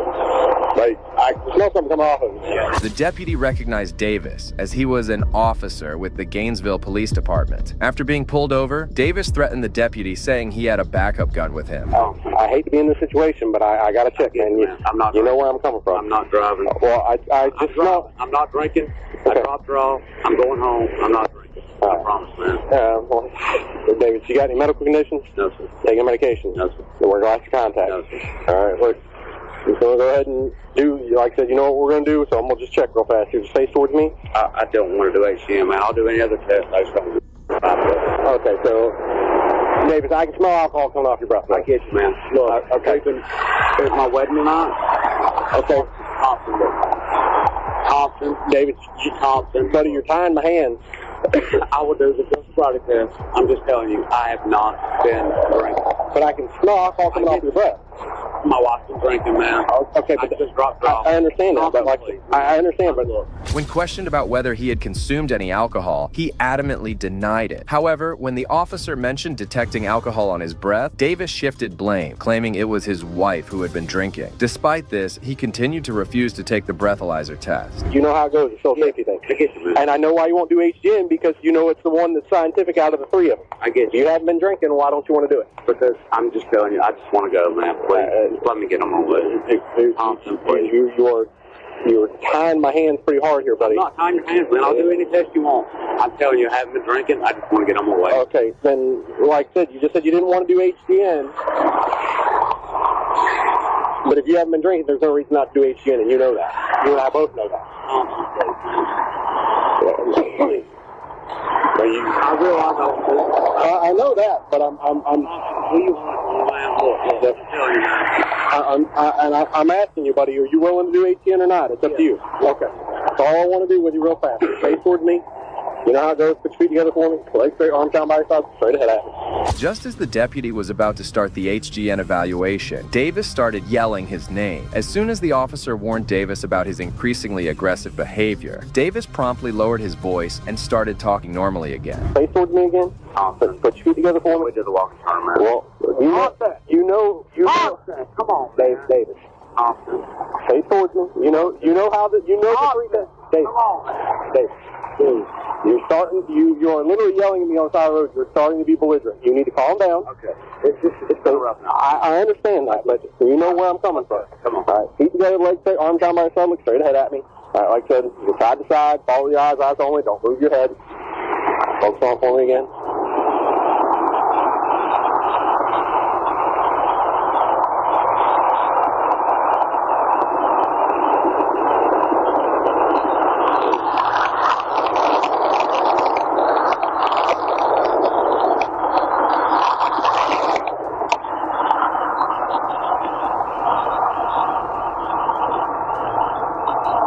When Davis first tried to talk Thompson out of being arrested, he talked very politely and maintained a humble demeanor. However, his attitude quickly turned vicious when he saw his strategies wouldn't work anymore and started getting personal with Thompson. Davis, we're going to see if we'll do an OR for you. I know you are, and you're also intoxicated. You know, Molly? Yes or no? Do you think it's ethical to sleep with a married woman? BDSM, that ethical with a married woman? Just a question, man. I'm just asking. Davis. Yes or no, man? Do you know Molly? Look, yes or no? That's the question. Davis, I've been cordial with you. Please be cordial with me. You had sex with Molly? Be cordial with me, Davis. Why don't you answer the question? And I'm asking you to be cordial. Why don't you say no if the answer is no? Do you know Molly? Instead of owning up to his mistakes and acting like a responsible adult, Davis switched to attacking Deputy Thompson, asking him personal questions. Have you ever slept with her? Mr. Thompson, I'm asking you a question. Davis. Sir. Davis. Sir. Money. I'm Molly. You ever slept with her?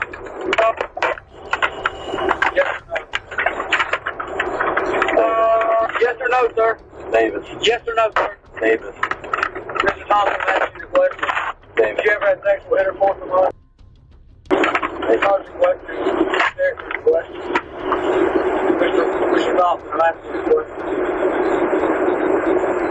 Have you ever had sex with Molly?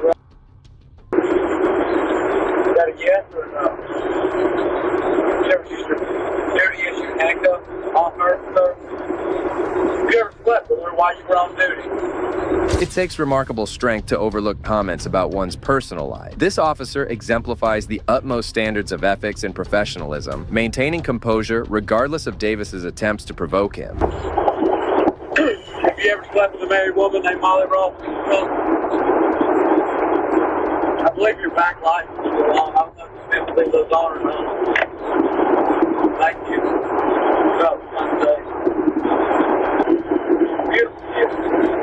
You know? You ever met him? That's the name of Molly.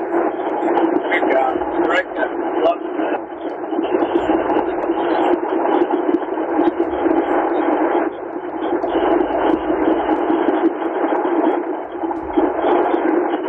You feel like you're bad? Not breaking.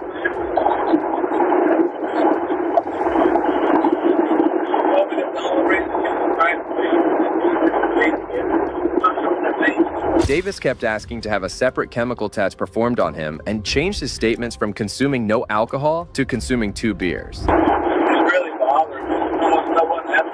It's not professional. DRE, take me to jail. I'm drinking a beer. When he,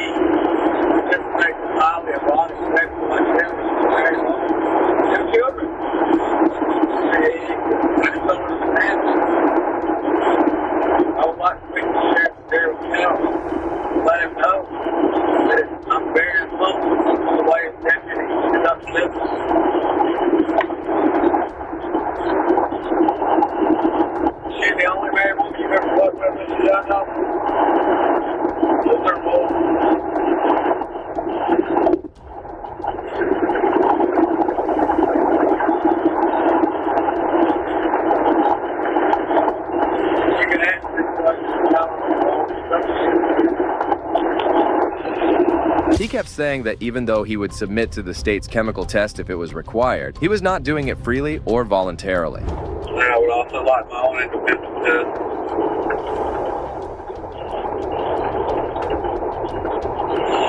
I hope you know that.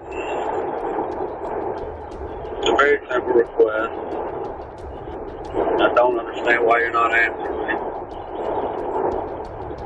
I just want to prove my innocence.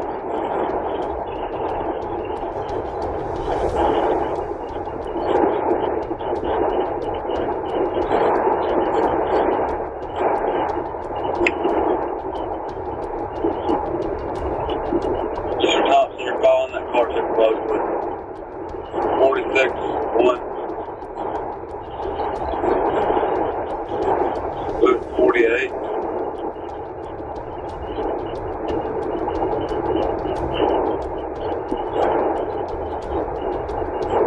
Please drive safely. I don't want to get hurt.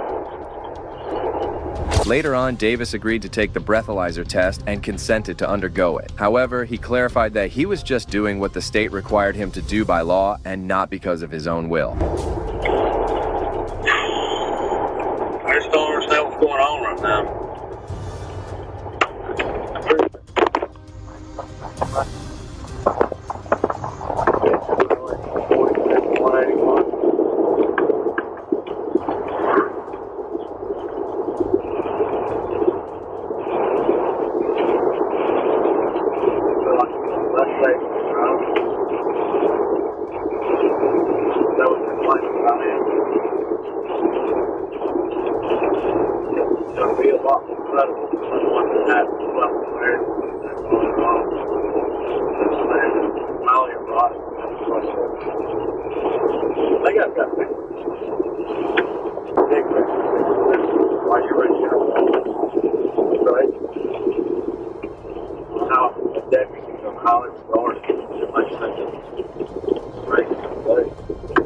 After being taken to jail, Davis provided a sufficient sample for the Intoxicated 9000, which produced a blood alcohol concentration of 0.144%. This reading aligned closely with the early reportable breath test result of 0.142%. Independent chemical test as well? Yes, sir. Okay.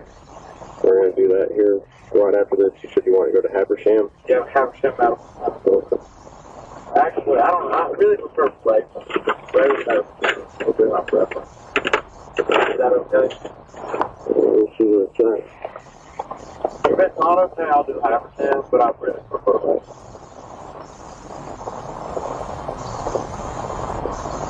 Mr. Thompson, I'm a little confused though. Have you ever slept with a married woman? Named Molly Brown? Is this test voluntary or am I required? I'm a little. If I'm required to do it, I'll do it. Like, I don't want to not do something I'm required to do. But if I'm not required to do it, I really don't want to. Give it as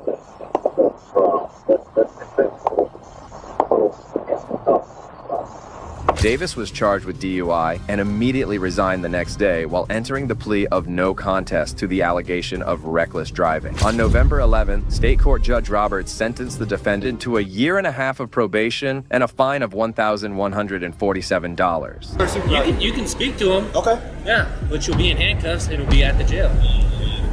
In January 2017, First Amendment Auditor Philip Turner, who is famously known for his YouTube channel, the Batusai came upon several Comal County deputies making an arrest. Immediately, he pulled out his camera and started filming the encounter.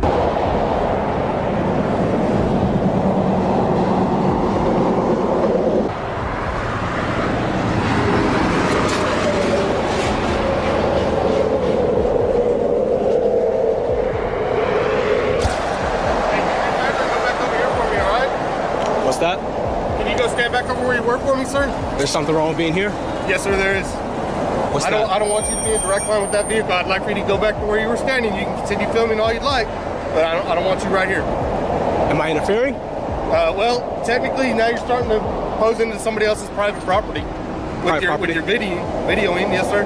As expected, police officers just don't like being filmed, and just a minute later, one of the deputies came over and asked the auditor to stop filming. However, he had no idea he was up against someone who knew the law more than the cops. Hey, did they give you permission to film inside their truck? I don't need permission out in public. In public? I don't need permission. In somebody's vehicle?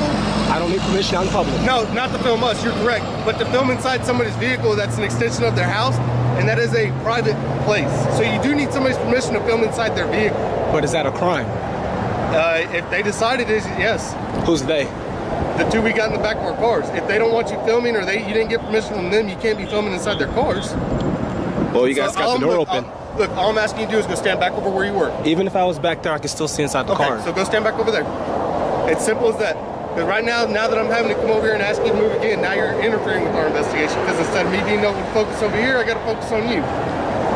So if you could just go stand over there, I can call a supervisor if you'd like to speak to a supervisor. Yeah, go ahead and call a supervisor. You can make any complaints you'd like, but all I'm asking you to do is go stand back over there where you were. Just go ahead and call a supervisor. Okay, do me a favor and go stand back over there for me, all right, bud? I don't see what's wrong being here. Turner stood his ground and refused to be bullied by the deputy who was trying to intimidate him into leaving them alone. Stand back where you were. There was not an issue where you were standing. Now there's an issie where you're at. Because I'm filming inside the truck, right? Yes, sir. You can film us all you want. We don't care. We want you to do it from a safe distance. So if you could go back to where you were, that'd be greatly appreciated. All right. If the issue is with me filming here inside the truck, I won't film inside the truck. If you could go stand back where you were, please. Go contact your sergeant. There's not an issue with you filming us. There's an issue with you getting any closer to the scene. I'm not getting any closer than here. Okay. Do not move from here. All right. Any closer from here, we're gonna have any more issues. Okay. I already told you I'm not moving from here, and that's it. Thank you. I encourage you to film. Thank you. Realizing that the auditor was technically correct, the deputy decided to retreat. However, it was not long before he returned and claimed that a supervisor was on the way. Sergeant's here. He said he'd be over here talking to you in just a little bit, okay? What's up? Our sergeant? Okay. He's going to be over here talking to you in just a little bit. He's here. He's actually... All right. You got a business card or anything? A business card? Yeah. Not on me. I can get you one out of my car in a little bit. All right, cool. You need my name, badge number? What do you need? Yeah, that's what I was going to... That's what I was going to need, but I can't hear over the highway noise. Okay, so... You need all of our badge numbers? Or? Just yours, and I guess if the supervisor needs to speak with me, I'll talk to him. Oh, he doesn't need to speak to you. I thought you wanted to speak to him. Yeah, I'll talk to him. I mean, if you don't need to speak to him, then I'll tell him not to waste his time. No, he's already here, so I'm not going to waste his time. He already showed over here, so I'll talk to him briefly. Okay. Okay. And like I said, he'll be more than happy to give you anybody's name or badge number that's here. Okay. And if you need business cards or anything like that, you give us a little bit, we'll be able to get you some business cards too if you'd like. No, just yours, that's it. Okay. I can get you one. Okay. All right, hang tight for me. However, suddenly the deputy had a change of thought as he returned back and started asking for ID. Turner, knowing his constitutional rights, refused to give in. Do you have your information? Your driver's license? What's that? Do you have your driver's license or name, date of birth? For what? Because now you're a witness to this crime that we're doing. What crime is that? The crime that we got these people in the back of these cars for. I don't know what crime they committed. You don't have to know. Okay, how do I know what they did, though? I don't know what they did. Okay, they broke the law. They're in possession of narcotics. That's why they're in the back of our cars. Okay, now you're telling me that. Okay. Yeah. So, do you have your name and date of birth? No. Or a driver's license? No. So you're going to refuse to be listed as a witness since you sat here and videotaped the entire scene? If you need a copy of the video, I can give you a copy of the video. Well, yeah, but we're also going to need to identify you in our report that you were here videoing, so when we come to get a copy of that video, we can get that. All right, let me talk to your supervisor. Shortly after, the deputy was joined in by another officer who appeared even more intimidating and started threatening the auditor with arrest. He said that he won't want to give us his name and date of birth until he talks to our supervisor. So. And you're probably going to end up going to jail because right now you're witnessing a crime. Well, I asked to talk to a supervisor. He's here, so why can't I speak with him? Because you're refusing to give your information, you'll be going to jail for failure to identify as you're a witness to a crime. So I need to give you my ID to speak to your supervisor? Is that what you're telling me? No. Okay, I need to speak to your supervisor. Why do you need to speak to the supervisor? Because I requested to speak to him. That? Because I requested to speak to him and he's here. Okay. So what's your point? He's here, I need to speak with him. You've got no part of the scene, right? But you want to speak to our supervisor. You can speak to him. Okay. Yeah, but you'll be in handcuffs and it'll be at the jail. Is that what you want to do? I need to speak to your supervisor. Is that what you want to do? I need to speak to your supervisor. Realizing they lacked legal grounds for arrest, the officers resorted to fabricating excuses and even threatened the auditor with trespassing charges. What aren't you understanding? You put yourself in this situation right here. You see that? You're on private what? property. Private right now. or public? You're on private property right now. Okay, what does that do with anything? Do you have permission to be here? Did the owner trespass me? Well, this guy. He doesn't want you here. This guy actually did call and tell us he wanted you to leave. That guy right there? Yeah. So. What's his name? So what's your point? What's the guy's name that don't want me here? So do you want to identify yourself so we can list you as a witness to this crime, or? I'm just asking a simple question. The guy that you just talked to, he doesn't want me here. Yes. So is he trespassing? Would you like for me to go ask him to tell you to leave himself? Do you already have that notice? Yes, he told us when he came over here and gave me his business. Then why card. do you have to go ask him then? If you would like for him to tell you himself. He can tell me whatever he needs to do. If he needs to tell me to leave, I'll leave. Simple as that. He needs to give me a warning before you can trespass me. Turner was not being intimidated by these corrupt officers, and he continued to film as he waited for their supervisor to arrive. Shortly after, the supervisor did arrive, and he explained the entire incident. Do you mind if I go on your property and talk to him, or? He's on his property, hang out so here? he can hang out. Oh, no, I was, like I was, you can hang out. He can hang out. No, I was asking if we can go over there because of the road noise. I'm not able to hear you. Oh, well, we're leaving here in a minute anyway. Okay. So what's up? All right. So before I leave here, I just need to get his badge number and his or his business card, whatever the case may be. It's Deputy Camercelli. 315 is my badge number. Okay. All right. So my only problem is I was just here. This is what I do. I film what public officials do on public property. I'm a journalist. I gather content for stories. That's cool. But this officer here was telling me that I had to move back over there. I couldn't stand over there. And I was asking him why. He told me that I wasn't allowed to film inside the vehicle here. But I mean, that's their privacy too. We got to get their consent to go in, so it makes it any different for you. Well, that's to go in. Yeah. But I'm not going in. I'm just observing. That's kind of like equivalent to this is his property, but I can't film it because it's on his property. Okay. You know, you see what I'm saying? Yeah. It doesn't make sense, and it's not against the law. Okay. So he needs to get educated on that because that's clearly not the case. Okay. Now, am I currently being detained here, or am I free to go? You're free to go, man. I'm here. I came all the way from Canyon Lake to talk to you. The supervisor clearly had more knowledge of the law than his deputy, and he practically had no problem with the auditor filming the cops. However, just like his deputies, the sergeant also turned on him and started to demand his ID. You spoke to the sergeant, so I need to get your name and date of birth. So I can give you a copy of the vehicle. I can give you a copy of the video. I don't need a copy of the vehicle. I can give you a business card. I need your identifying information so I can list you in the report as a witness. Yeah. You're a witness. Because right now you're failing to ID as a witness to a crime.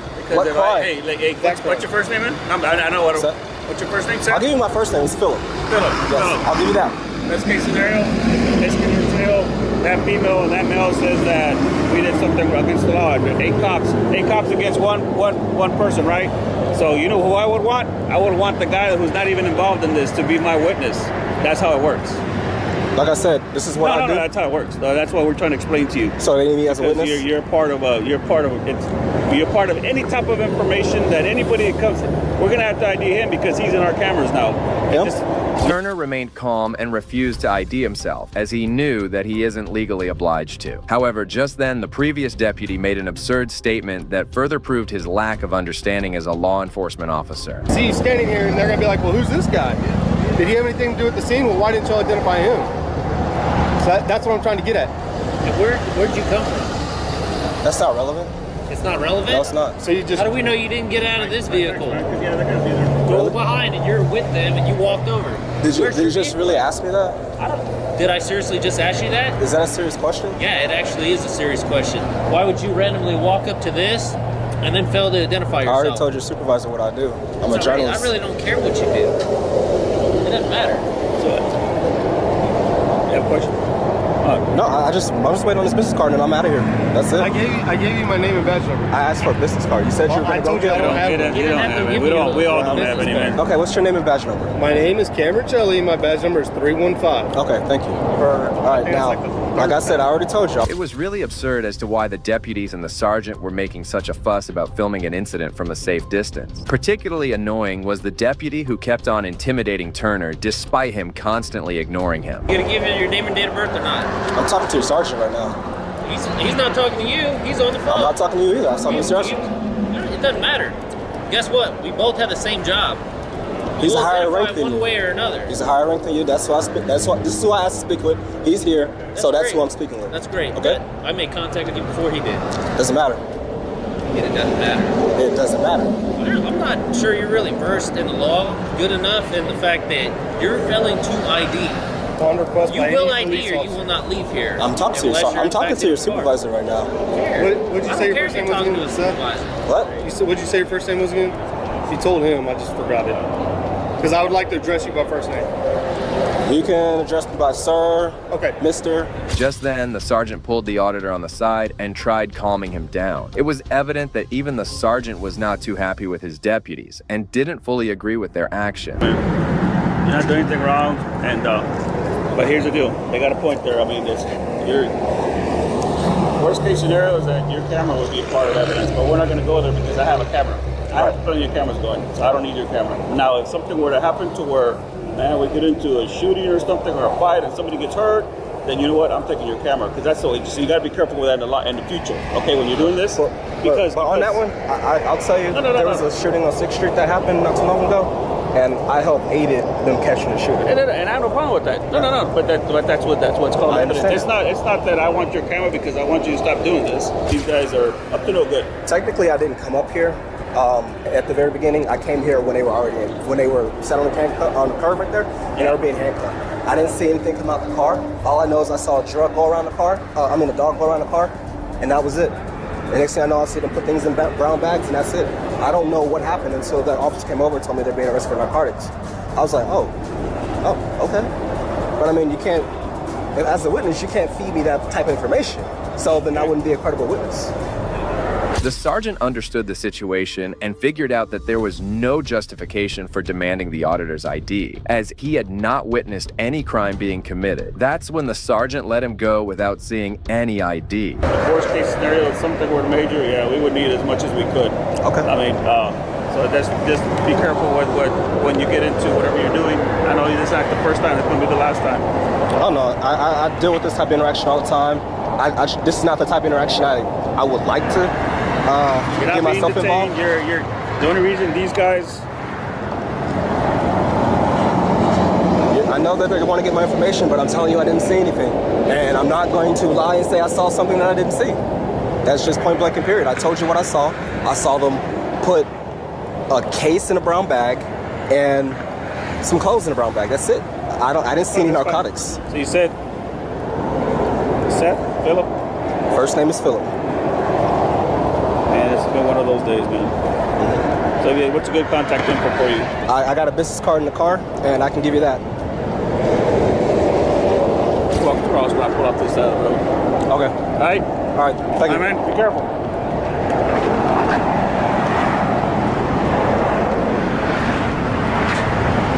Finally, watch as this corrupt cop's attempts at intimidation backfire spectacularly. Okay, say that again? I lost the keys in the junkyard over there.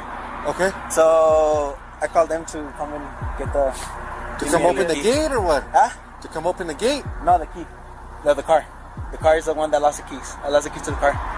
Oh, like you went into the property and you dropped the keys? Yeah. I was in there doing like regular junkyard stuff, looking for my parts.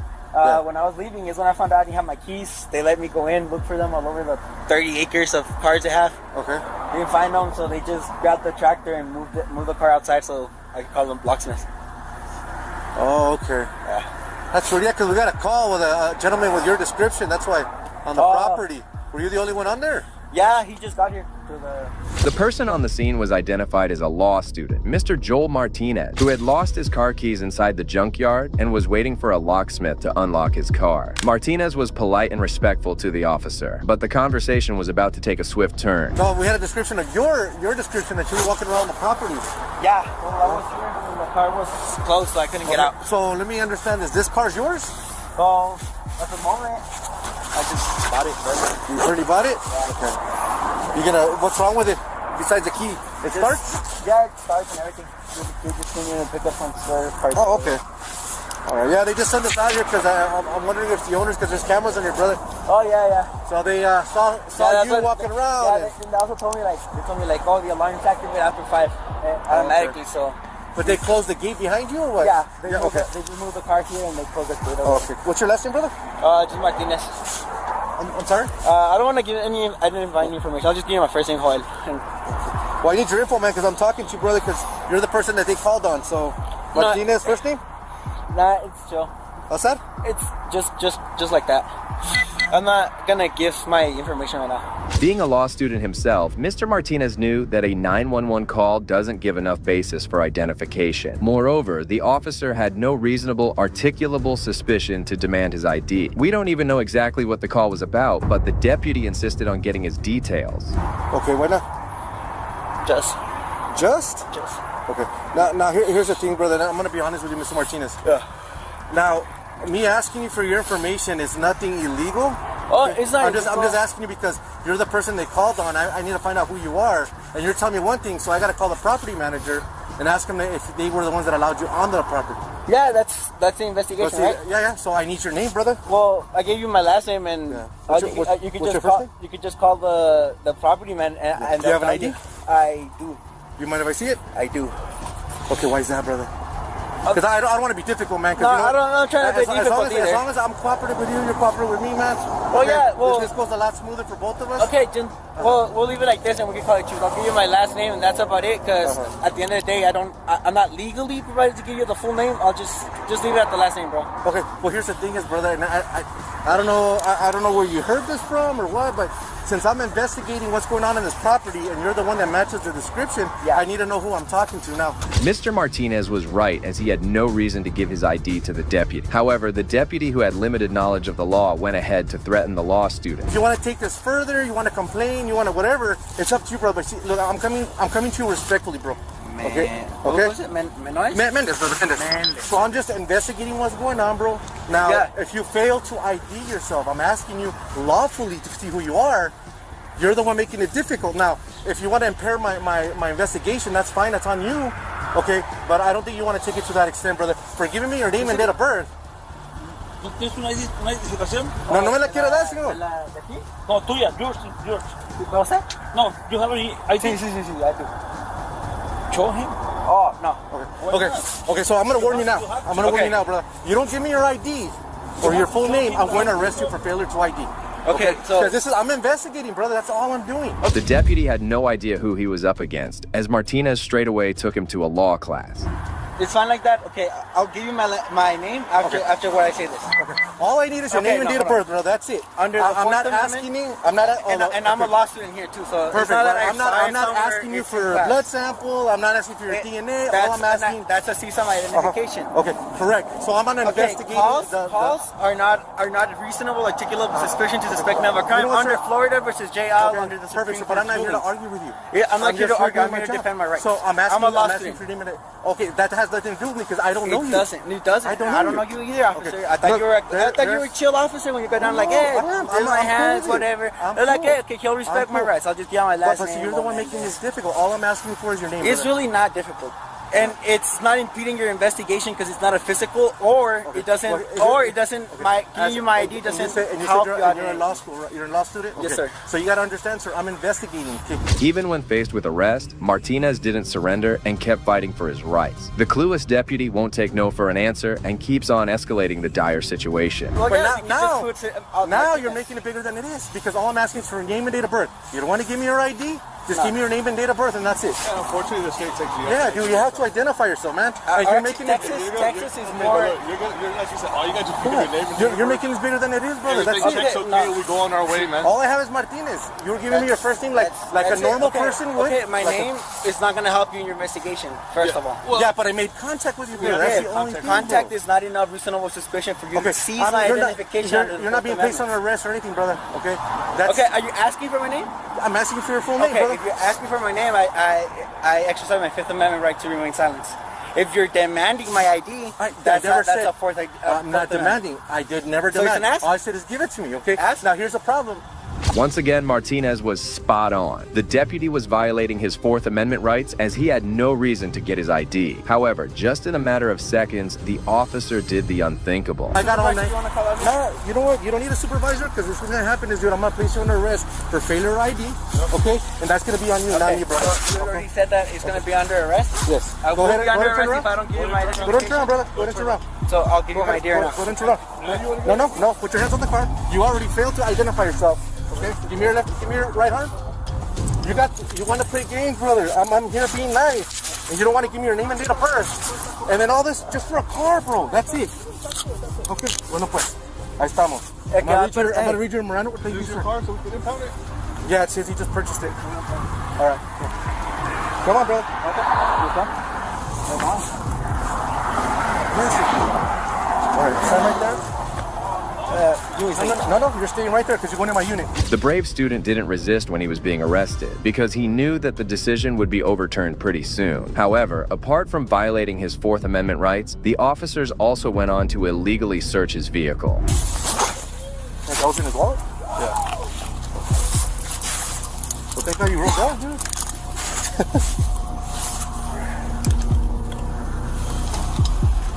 No, there's no keys. Supposedly he was telling me that he lost them inside. He just bought this car from inside. That's what he told me. There's a couple of grinders, but there's nothing illegal right now. He's saying he just bought this car inside the lot. And he was in there looking for parts, and he dropped the keys in there. So he's waiting. He was waiting for a locksmith to start the car. So I need to call the owner to see if it's true. It seems like the cops have a habit of demanding IDs for no reason, as they went on to even get the ID of the locksmith who had reached there. The poor man showed no resistance and showed his ID out of fear. Un witness del estado, porque como estaba actuando conmigo, yo estaba hablándole bien y no quiso darme su información. Creo que los mandaron aquí y le voy a decir la verdad porque lo vieron allá adentro. Y el dueño de aquí quería saber qué estaba haciendo aquí. Él me está diciendo que agarró este carro, pero no vio si se metió otra vez y se salió. No, yo cuando llegué aquí estaba parado, Sí, ok. The deputies didn't find anything illegal in his car, and moments later, he was taken to the detention center and locked in. However, a supervisor arrived on the spot and immediately realized that Martinez was unlawfully arrested and proceeded to release him. So I'm the supervisor here. I was just made aware of what happened. So I don't think it qualifies for any crime, okay? It doesn't qualify for crime? I'm gonna go ahead and release him. Of course. I want that option. Yeah, I will. Oh my God, I'm so fucking pissed right now. Let me finish talking. Okay.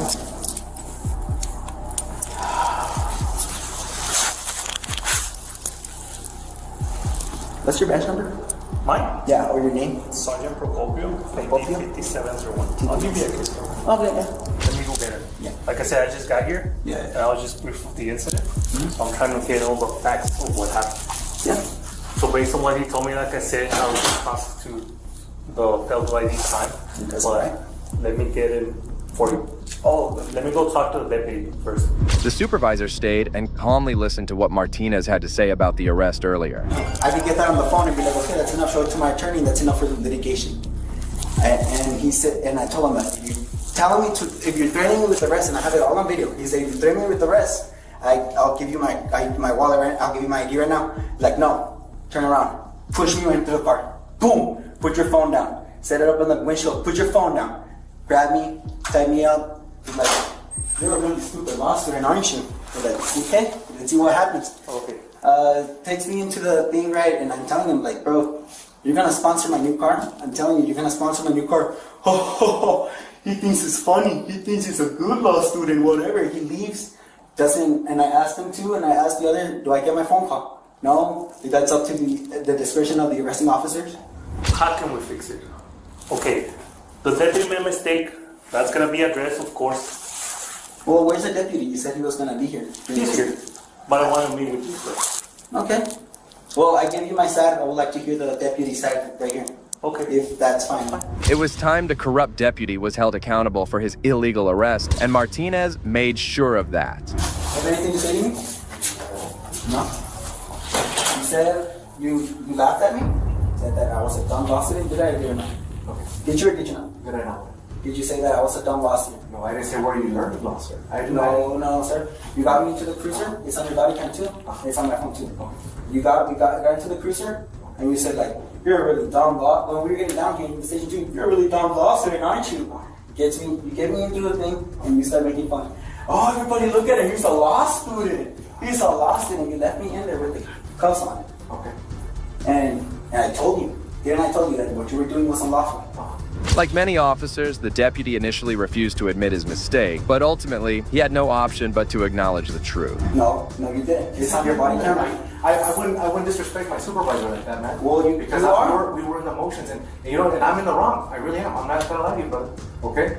You are in the wrong, and I told you were in the wrong, and I told you were gonna, and I told you all this, and you thought it was funny. I never thought it was funny. No, you laughed. You walked in and trying to make everyone laugh. Funny were your comments, bro. That's it. What were my comments? Your comments that you're saying Florida told this, somebody get a new Mustang. Florida versus JL, that's case law. You don't know case law. I can tell because you unlawfully arrested me. It wasn't a mistake. You broke the law. It's not a mistake. And that's what we're here. That's why we're here. And now you are gonna buy me a new Mustang. You are, because now all this. That's gonna get for you that request.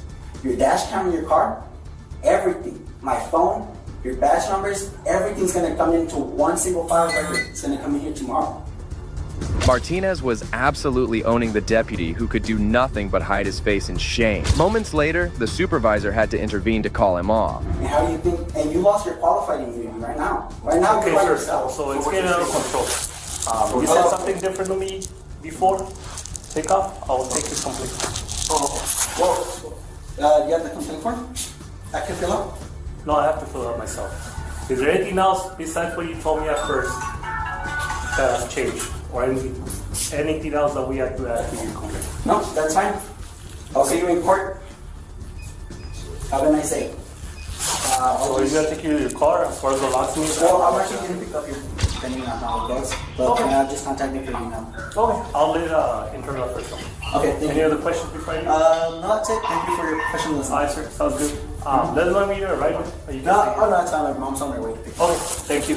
Just like that, the deputy was dismissed, and Martinez also went away on his own. He did claim to take legal action against the deputies, but until now, there have been no updates regarding any lawsuits. However, we do expect the courageous law student to take these corrupt officers to the cleaners. And this is not the last time police officers blatantly violated citizens' rights. Yeah, but you don't need to be flapping your gums at us. I got you.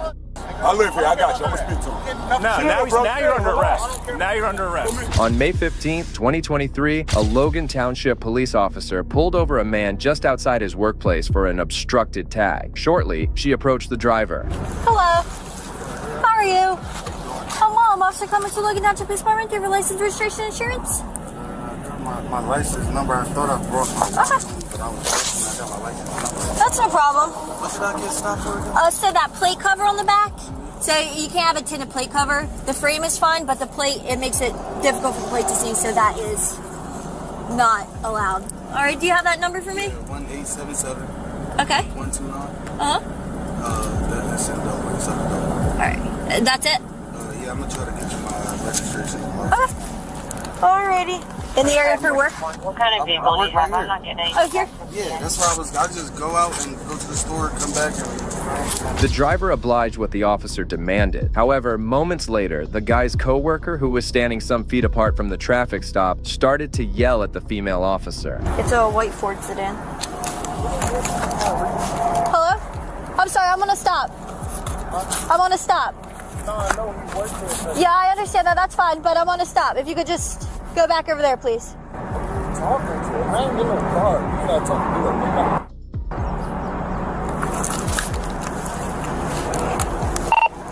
25 cars, but somebody else slide out here. 30 copies. I'm gonna go down the aisle. You know who this guy is? Yeah, I know he is. What's his name? You gotta ask him. 20. You don't know his name? I can't. I mean, that's up there. I can't do it. Yeah, some dude just walked up to my stop and told me that he's going to beat me up. 35 copies. The female officer later claimed that the coworker said, "I'm gonna..." Instead of ignoring his statement and moving on with the traffic stop, the officer proceeded to call back up, claiming that she was in danger. Yeah, it's a black male. He works at Lineage. He's about 35, red pants, navy blue hoodie, orange traffic vest. Yeah, I'll check on this, and when I come back, if you have your insurance, no problem. Thank you.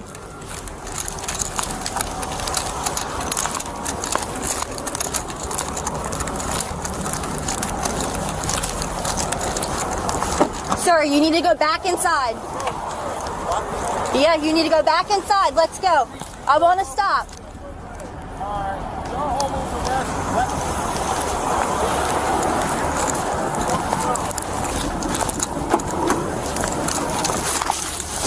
Well, technically, the coworker was not interfering with the police stop and was at a safe distance away. Whatever he said qualifies under the First Amendment right of freedom of speech. You guys are good. Good morning. I'm sorry, could you go back over there? I want to stop. It'll be 2 seconds. I just came, I'm the supervisor here. I just came to see. He works here. That's why Yeah, I understand, and I'll be clear with him in 2 seconds. I'm just asking you, is everything Yeah, all right? everything's fine, and I'll be clear in 2 seconds. Can I ask you what he stopped for? Yeah, he was stopped for the plate cover. That's it. Already? That's all I want to ask you. All right. I don't got a problem. Moments later, backup arrived, and Patrolman Escalation came and confronted the individual, and within seconds, escalated the entire situation. No, I'm Mark. I'm on the supervisor. I just came to check on my employee. That's it. Yeah, first off, first off, man, I did walk up and. No, I didn't walk. She wasn't talking about me. Okay. She called about Yeah, what's your deal, man? They on the stop. Yeah, but you don't need to be flapping your gums at us. I got you. I live here. I got you. I'm gonna speak to him. No, now you're under arrest. Now you're under arrest. Now you're under arrest. Turn around. Turn around. Don't turn around. Don't touch me. Turn around. Turn around. Don't resist, bro. Bro, they can't lock me up. I don't do shit. Stop resisting. You know, they locking me up for what? Calm down, bro. Bro, calm down. Behind your back! Put your hands behind your back! Law enforcement officers need to have thicker skin and must not let mere words affect them. However, this officer immediately went over to arrest him and kept making the situation worse. Yeah, calm down. Bro, what? Calm down, bro. I'm at work. Get out of here. Put your hands behind your back! Listen to me, bro. Break my arm? Bro, listen to me. You gonna break my arm? Listen to me, bro. Listen to me. Put this hand behind your back. Stop. Listen to me, bro. Yo, bud, relax. Relax, bro. I'm not doing this, bro. Let you go.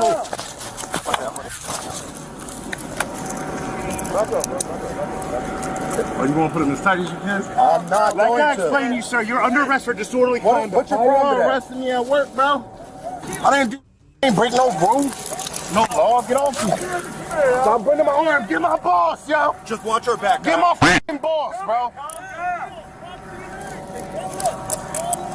Keep coming. Calm down. The officers were clearly escalating the situation, but the coworker was also not making matters easy for himself, as he continued to resist the officers. What's your name? I'll give you my name, bro. You came up on me. So I asked you why you were flapping your gums at us, and your response to me was suck my d***. Okay, you talking about why I'm flapping my gums. So now you're under arrest. I'm checking with my coworker. Well, now you're under arrest for using the words you had to use in front of everybody. I want to talk to my boss. No. Nope. Bro, you want to kill me. I want to talk to my boss. It's good. Bro. Yo, relax. Yo.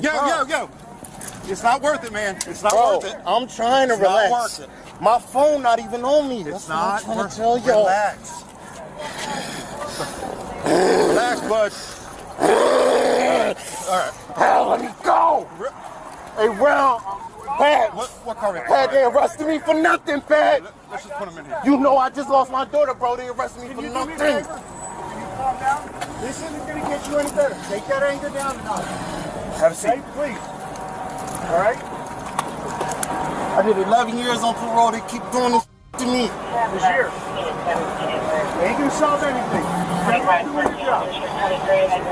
Soon after he was arrested, his employer came out and the officer started to explain why he made the arrest. Once again, it appeared as if the cop had no clue about the freedom of speech. Yeah, so his response to me, when I asked why he's flapping his gums to me while I was talking to your security officer, was suck my dick. Now he's under arrest for disorderly. You're not going to use that language. You got employees out over there. I was speaking to him as well. I'm not having that. Tell him why I said that to you, bro. He's going Tell him why I said that to you. Like, he's not going to jail or nothing. Right. Actually, He might be down because of... We got terroristic threats on an officer, too. We got terroristic threats, resisting arrest. We have it. We have it. And he just walked away. It's a different story. I was talking with your security guard. He was very polite and respectful. He advised me that he spoke with her already, understood what was going on. You know, obviously we're on a car stop, don't walk up on us because it makes us nervous. And now he's walking up on her, threatening her. Yeah, threatening me. So. The officers then conspired together to decide what charges they should be brought in against the poor guy. Told that it was off when it fell, but everyone's cameras were falling off. Minimum disorderly conduct, terroristic threats, and resisting. Obstruction. She came to the car stop while she's trying to pull her off. Do we need to call his parole officer also? If he's still on parole. If he's still on parole, yes. If he's not, he said he did 15 years on, so I'm assuming he's off parole now. Finally, this case features a cop who thought he could get away with some dirty tactics until a quick-thinking citizen completely humiliated him. On August 8, 2022, after Shady Valley Park in Northeast Atlanta had closed, Angel Gase along with her male friend was hanging around there. Officer Brooks began giving the two citation. After looking over the paperwork, Gase's friend asked if he would be facing any charges.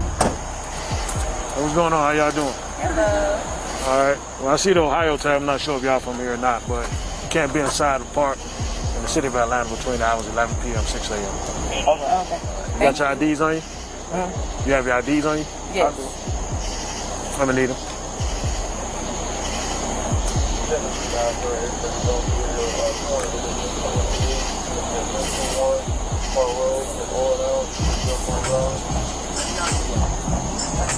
Do you have your ID now?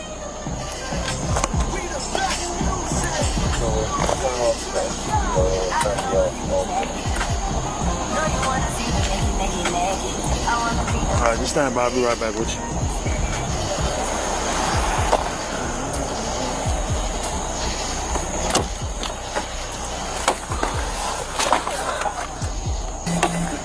All right, sir, like I explained to you, you can't be in the park at night. Everyone's just going to receive a simple ticket stating that you was in the park at hours. All right, I need you to sign right on that. What am I signing over? Is it a charge or anything, or is it just a ticket?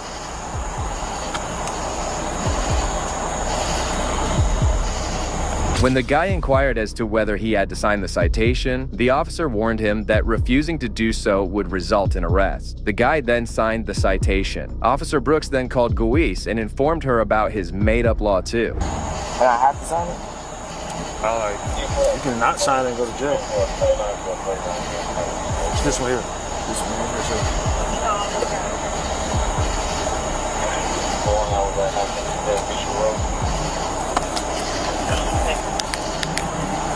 All right, that's your license.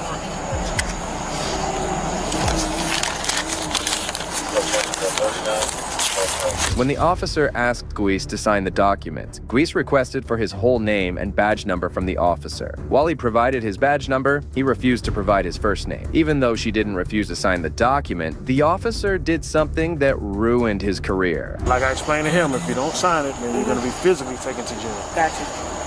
So you refusing to sign? What's your name?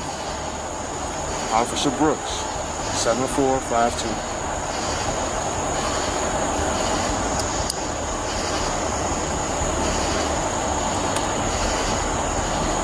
What's the badge number? I gave it to you 2 times, man. Okay, I'm asking again. And I'm not giving it to you. Okay. Are you going to sign it? No, because I want your badge number. That's fine.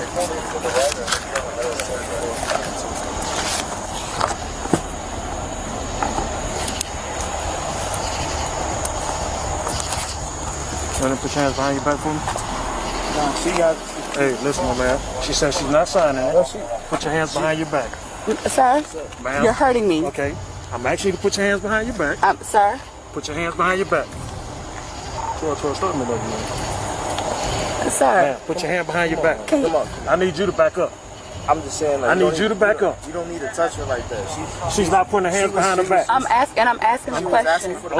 All I'm doing is put your hands behind your back. Officer Brooks handcuffed Guis promptly. Duchier had done nothing wrong, and the officer's needless reaction showed that he just wanted to assert his power over the couple. You're under arrest. Put your hands behind your back. I asked you to sign the ticket. You told me you're not signing it. Sir, put your hands behind I'm your back. asking you a question. Okay. I'm letting you know. I'm not going to ask you again. I'm going to forcibly put your hands behind your back. But, sir, Mr. Brooks, is this really necessary? Mr. Brooks. Hold on. Hey, listen, my man. She needs to put her. Let her Can I? put her phone. Okay, you can put your phone down. Okay, Mr. Brooks. Come on, sir. Hold on. Put your hands behind your back. I'm not saying that I'm refusing to sign the ticket. I'm going to sign the ticket. You don't have an option now. Because but I'm going to sign the ticket, Mr. Brooks. I'm going to sign the ticket.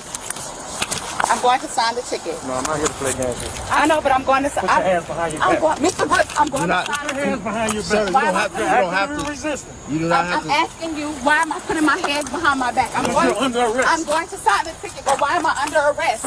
Sir, she's about to sign the ticket. I'm going to sign the ticket. She's about to sign the ticket. I'm That's all going you to sign wanted the to do ticket. is sign the ticket. That's all it is. I'm going to sign the ticket. That's I asked you to sign the ticket. You told me you're not signing. I'm going to sign the ticket now. Mr. Brooks, I'm going to sign the ticket. You don't have that option now. Why don't I have the option, Mr. I Brooks? gave you two options.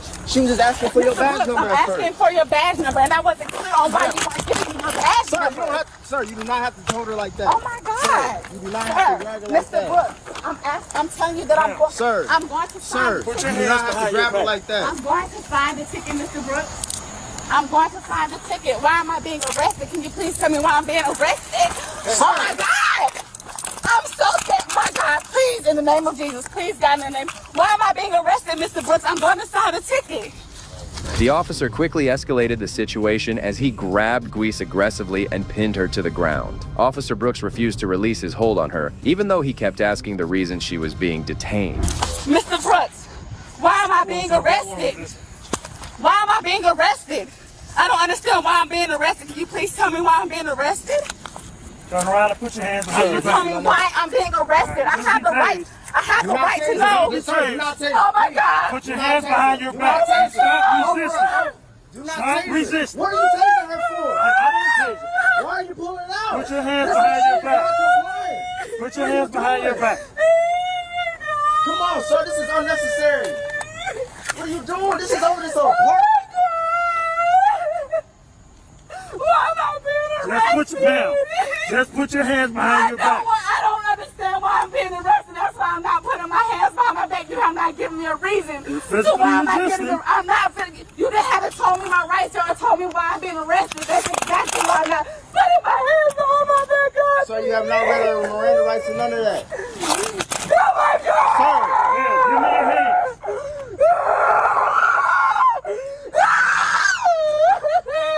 I need you to back up, sir. Sir, I'm not backing up with you. got every right to record, but you need to back up. Oh my God! I don't understand why I'm not being arrested. I don't understand. Please, sir, you have not told me why I'm being arrested. That's why I have not put my hands behind my back.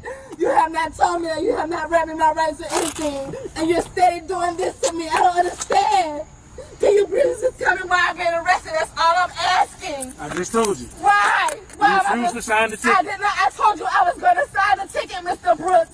I told you I was going to sign the ticket. Can I please sign the ticket? Put your hands behind your back. The situation intensified further when the officer drew his tape, responding to Guise's screams and cries. Her distress only served to heighten the tension as she begged for an explanation from the officer. I don't understand. Put your hands behind your back, man. I'm telling you, I'm going to sign the ticket, Mr. Brooks. I will sign the ticket, please. Now, put your hands behind your back. Why you? I don't understand. Put your hands behind your back. You're handling me. Sir, Put your hands behind your back. You do not need to handle her like that, sir. God, please. This situation has gone out of hand. Put your hands behind your back. You're hurting me. You are hurting me. Okay, put your hands behind your back. I told you I'm not putting my hands. You have not told me or read me my rights. You have not done any of that. You're not telling me why I'm going to jail. Sir, this is unnecessary. Put your hands behind your back. Please, Mr. Brooks, tell me why I'm being arrested. I had to get the shit out. She's hurt right now. She's hurt right now. Hold on for a second, bro. Stop resisting. I'm trying to tell you. She's talking to you. You are, Mr. Brooks, you are hurting my arm. Come on, man. Oh my God. Is this real? Please, God, in the name of Jesus. Please, God, why am I being arrested? So y'all are hurting her. Serious history, go now move. Oh my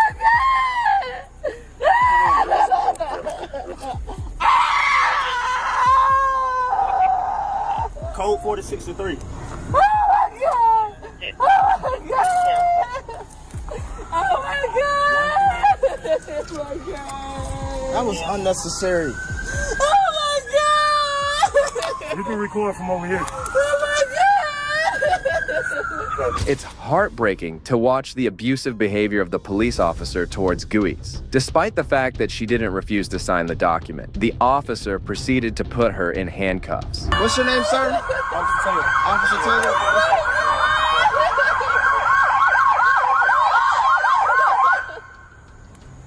Oh my God! Guys, all right, sit up.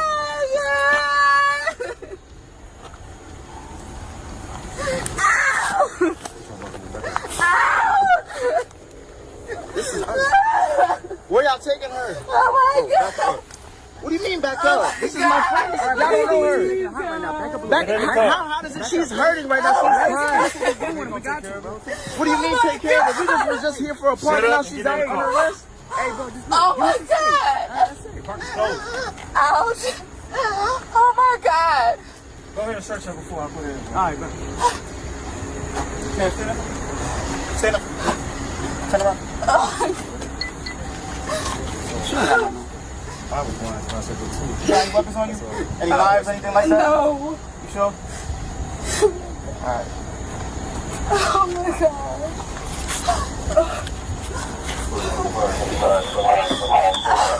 Put your feet inside. Oh my God. Can I have my phone?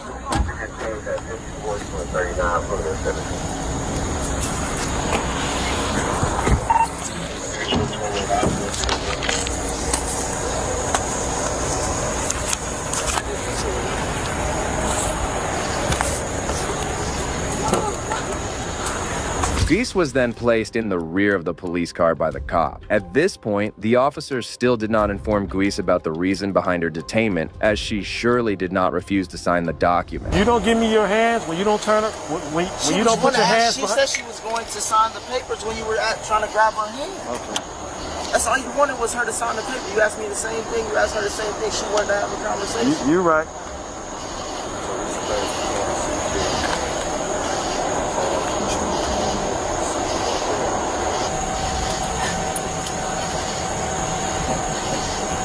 Around. Here we go.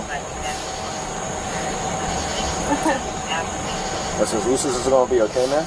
You see that? That's as loose as we'll make them.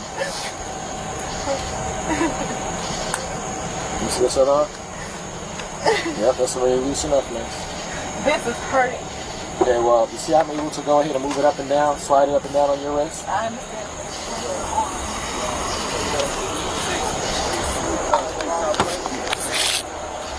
Civil rights lawyer Lee Merritt then represented Angel Dewey. According to Merritt, Guiz spent one night in jail, and it took her quite a while to heal from the emotional and mental trauma she experienced during the incident. Even after seeing the tyranny the cop bestowed upon Guiz, the Atlanta Police Department stands by their officer, claiming that she refused to sign the document while her lawyer says otherwise. However, the cases of corrupt cops don't just end here, as this one took things up a notch.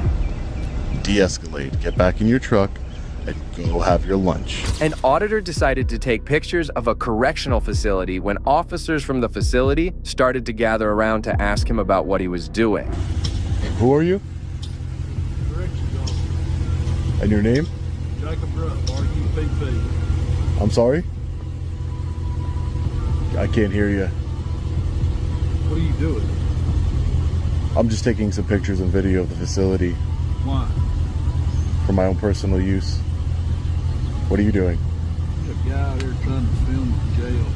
What are you doing? What are you doing? Well, I was going to go to lunch. You were going to go to lunch? Don't let me stop you. You're not stopping me. Yeah, you're not detained, or you're free to go to get your lunch. There's...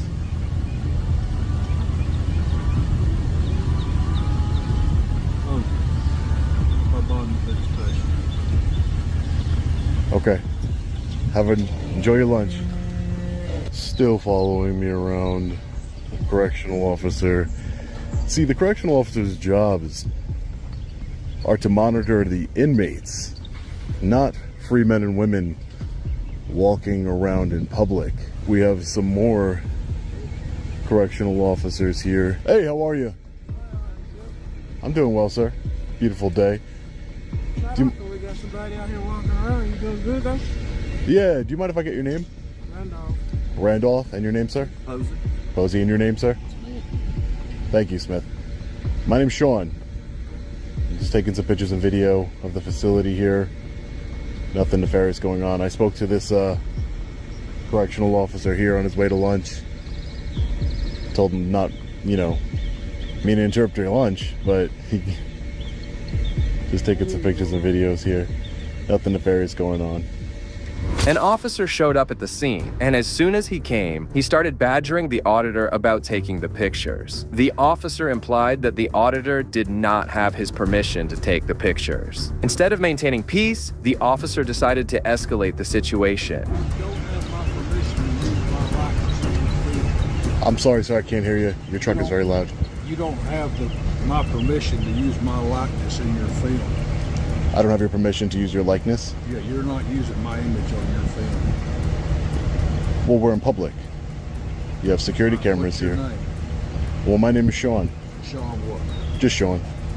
Sean, you gotta have a last name. Just Sean, sir. My attorney's gonna need it. Your attorney's gonna need it? I'm sure he'll find me. It's just Sean, though. Sean what? Just Sean. Just Sean. Why would your attorney need it? Is your likeness, you're in public, aren't you? Not on your camera, I'm not. You are in public. This is a public place. We're in public. You have security cameras here filming me. What I'm saying is I don't know what you're doing. I would appreciate it if you backed away from me.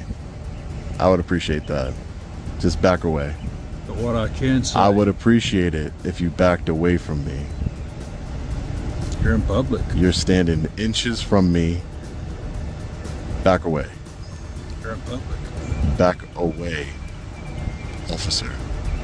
Despite the fact that the auditor was only taking photographs and not breaking any laws, the officer provoked the auditor, which increased tension. The officer's actions seemed to be intended to irritate the auditor. Go enjoy your lunch. This is not what you want to do. What's the name of your YouTube page? You want to go to lunch. That's what you want to do. You don't want to do this. There's no reason for it. You thought you were going to intimidate me coming up on me like that. Didn't work, did it? Didn't back up an inch. Now please back up and de-escalate. Or go get your supervisor. Can you call a supervisor? Because this guy is trying to intimidate me. You intimidate those guys in there. You ain't going to intimidate me. You intimidate them because they're in handcuffs and they're in cells. I'm not either one of those right now. So you're not intimidating me. Now back up, go to lunch, stop harassing me, stop trying to intimidate me.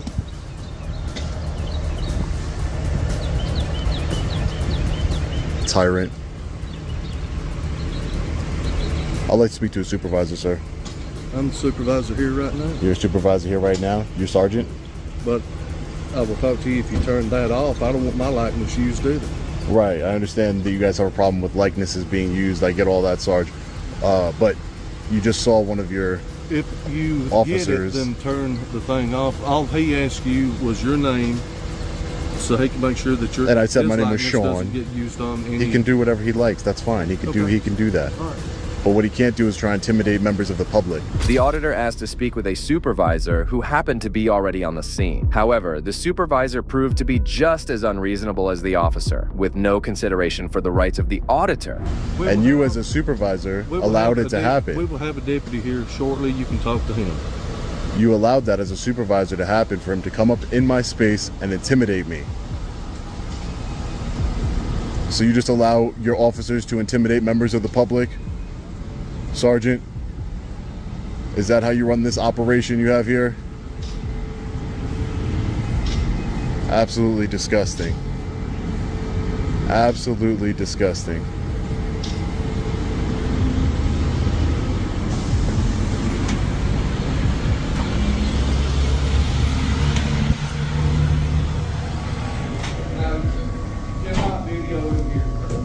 You cannot video inside. This is a public lobby.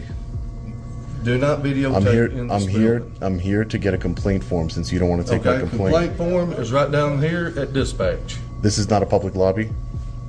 If you need a complaint form, go to dispatch. Okay, but this is a public lobby, correct?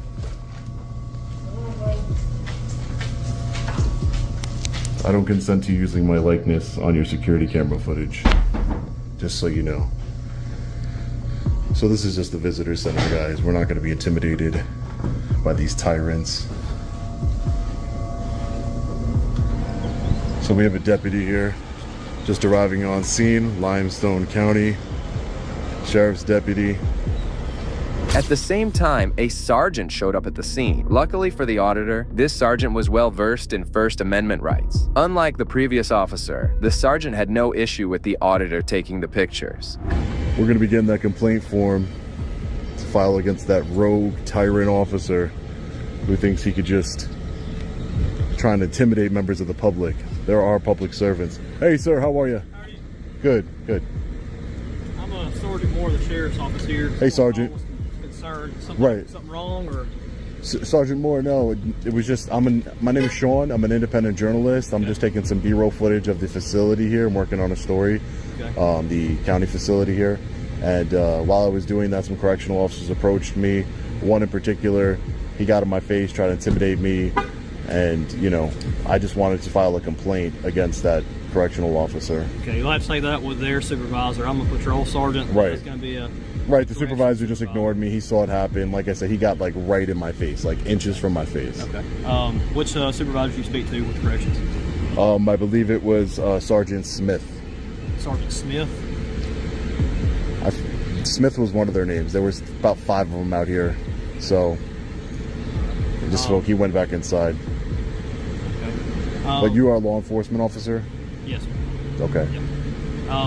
So as far as the recording goes, it's not an issue. You have a First Amendment right to freedom of the press, all that kind of stuff, as long as you are not recording anything going on within the facility or causing a disruption to the right, no restricted areas or anything like that. Right, no restricted areas, and I'm not interfering with anything. I'm just quietly gathering my content for my story. Like I said, it's just the intimidation tactics used here. I don't really appreciate them, and I'm not, as you just said, I'm not breaking any laws.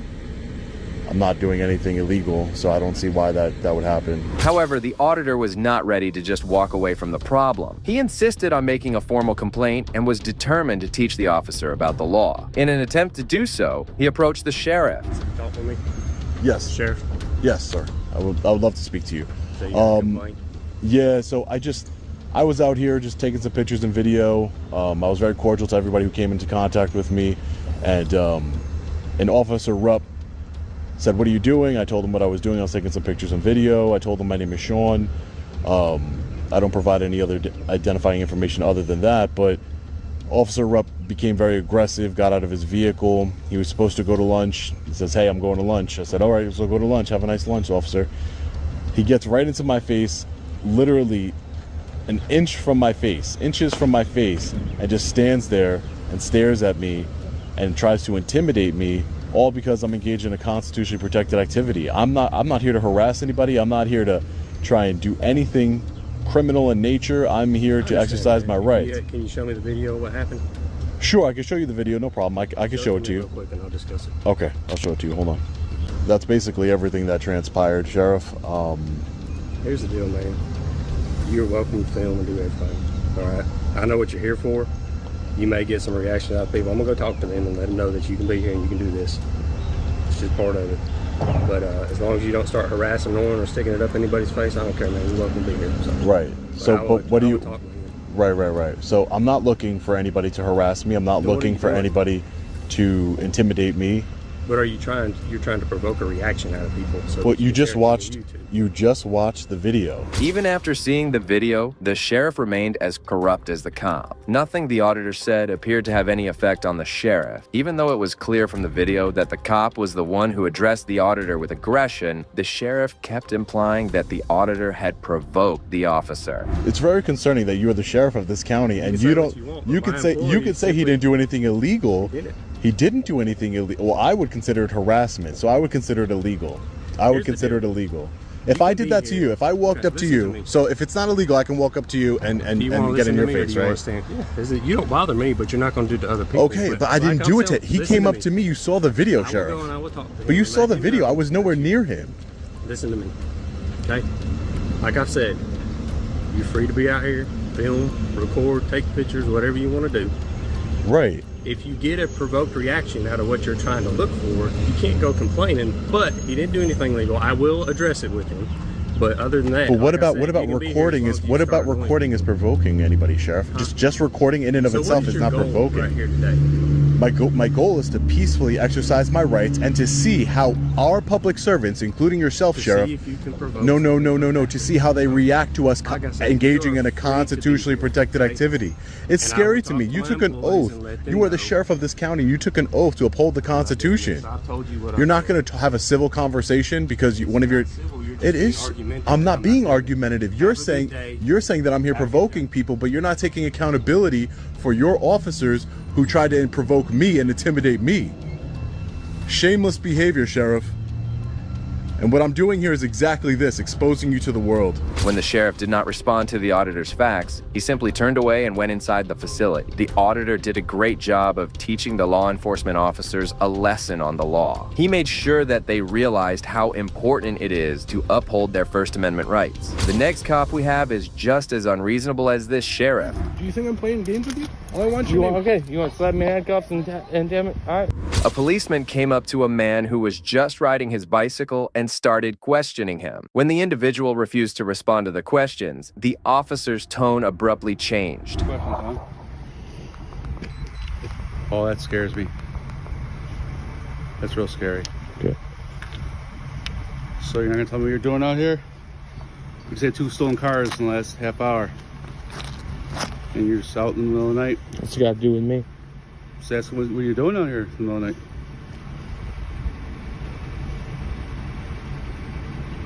That's what I'm asking. Ask away. I'm asking why you're out here. I don't answer questions. You don't answer questions? No. No? Why not? What did I just say? Where do you live?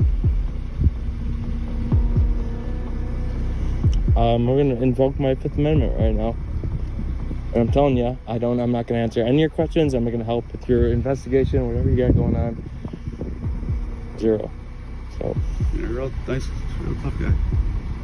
I'm not trying to be tough, man. I'm just invoking my rights. That's all.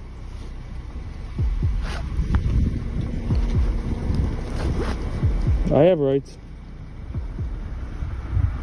I don't have to be questioned. I'm not going to sit here and be questioned, man. 160. Like, for what? For what? Front of 20 Highland. I'll be out with switches, man. Why do you gotta be a jerk? I'm not being a jerk. I'm just sitting here with my bike. I was about to take my dog for a walk. You were down there when I saw you. Okay. So you were there. Also, I saw you take off like hell. That's why I flew down here. I'm just riding my bike around, man. Another cop arrived at the scene and started asking questions to the man who was only out for a walk with his dog. Rather than taking a cool-headed approach to the matter, the officer started escalating the situation without any reason. What's going on, man? There's nothing going on, man. I'm just this. You stopped for a ride? What the man? Like, I was about to take my dog for a walk on my bike, okay? And you showed up and to me. You are. For what? For what? For what, man? I just told you we had 2 stolen cars the last half hour. I live in this neighborhood. I live in this neighborhood. I pay taxes in this neighborhood. You said I ain't answered nothing. You started being a dick. Yeah, because I don't have to, man. I don't have to. I don't have to answer any of your questions. Nothing. Go in the house. Nope. Go in the house. I didn't do shit, man. Dude, really? I just asked you a question and you're being a jerk. Okay? You obviously I live here, okay? I'm just riding my bike out in front of my house and you fucking pull up and you're like, what the fuck are you doing, man? I didn't say that, okay? I did not say basically, yeah, you did. Go in the fucking house. I didn't do shit, and you know I didn't do shit, so go find some real criminals, man. I'm riding my bike in front of my house. When the man declined to answer any of the officer's questions, one of the police officers took it upon himself to escalate the situation unlawfully. Instead of respecting the man's right to remain silent, the officer detained him for not answering. I haven't done anything wrong. I haven't, man. I'm riding my bike. I'm riding my bike. I'm riding my bike. I'm sick here. No. Can you just be? Can you tell me his last name so we can be done? No, just don't do it. Don't do it. This unlawful arrest only highlights the tyranny and incompetence of the law enforcement officers. If the officer had chosen a more respectful and measured approach, all this mess could have been easily avoided. While this cop was humbled, watch how this officer did the unthinkable and later paid for it. On May 24th, 2019, in Queens Village, NYC, officers responded to a call of a woman named Lydia Spicer causing a ruckus at the local car wash. Upon arriving, the officers would realize that the dispatchers heavily underestimated Spicer's insanity. What are you doing? What are you doing? 5 impact. 4. You better take your hands down. Let me get additional to make it. Hands out of your purse. You 12. You better. She's got a knife. She's got a. We need additional. Drop your knife. Drop it. Drop the. Drop it. Drop it. EDP's got a weapon. We need additional. Drop the knife. Hey, drop it. Get the out my life. Drop it. Shoot her. Shoot her. Drop the knife. Hey, there's no reason for this. You gotta drop the knife. Get the drop the knife. Drop the knife. Get the drop the knife. Spicer had immediately began yelling and rushing at them with her causing them to shoot. Yet this would not stop her rage. Drop it. You got it. You got kill. Drop the knife. Kill. Drop it. Drop it. Drop the Make knife. it 212. We need additional. Drop the knife. He's hit. You got get the drop it. Additional central. Shots fired by PD. The knife. Drop it. Throw me a bus too. Good. Drop it.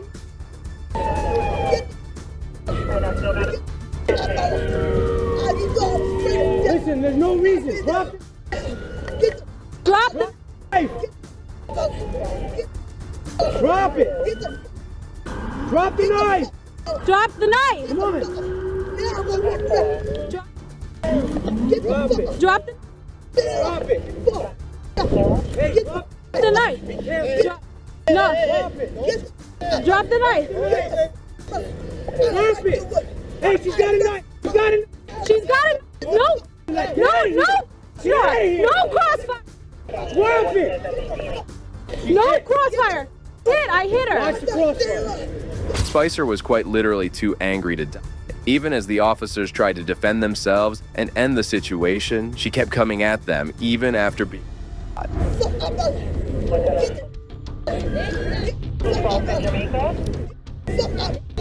Affirmative central.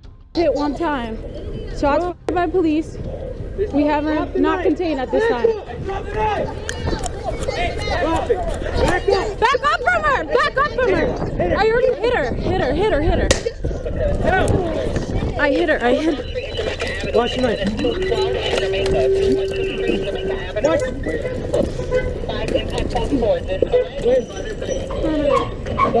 Sarge, I hit her. Where's the knife? It's somewhere. Right here. Drop the knife! Hey! You ready? Down! Cover!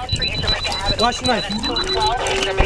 Spicer would have the officers in a chase and would eventually be cornered and taped before she could hurt anyone. She would be shortly arrested and put into custody, after which EMS would take her to the hospital and luckily have her treated for her wounds, leaving such a dangerous situation with thankfully no victims. She was charged with 2 counts of attempted assault, 2 counts of attempted assault on a police officer, 2 counts of officer, and 1 count of criminal possession of a weapon. However, Spicer wouldn't be the only knife-wielding maniacs in the country. As our next case proves, it can get much worse from here.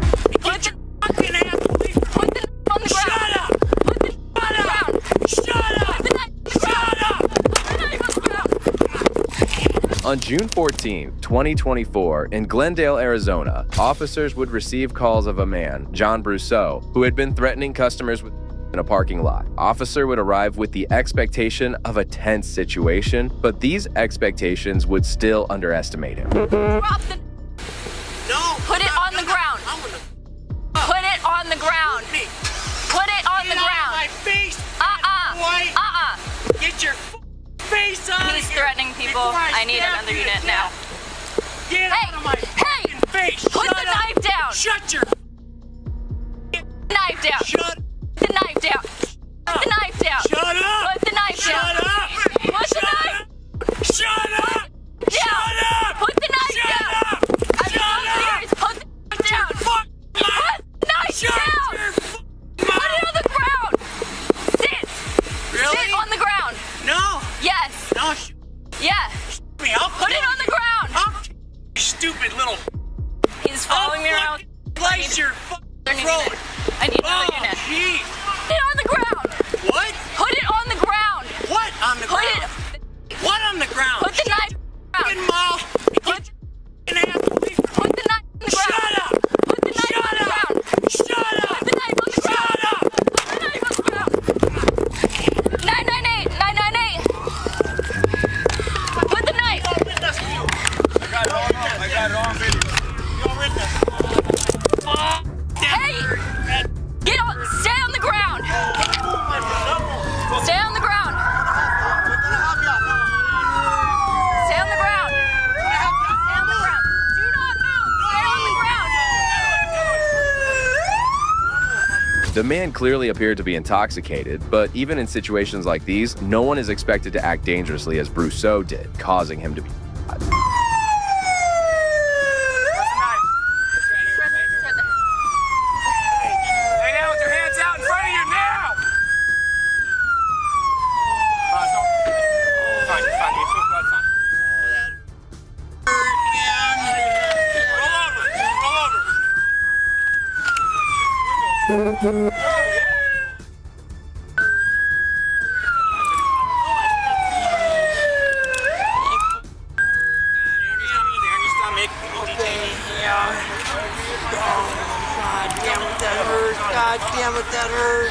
Can you guys stay back for a minute? Thank you. We don't have nothing to help you.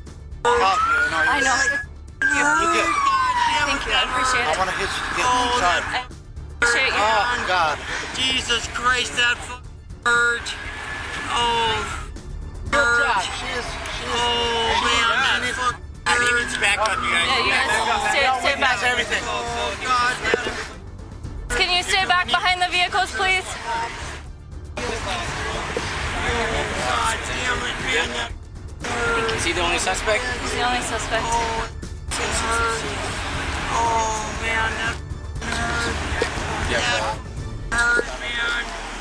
That hurt. Brousseau would begin to repeatedly whine and complain about the wound, as if he wasn't just charging at the officer with a weapon mere moments ago. That hurt.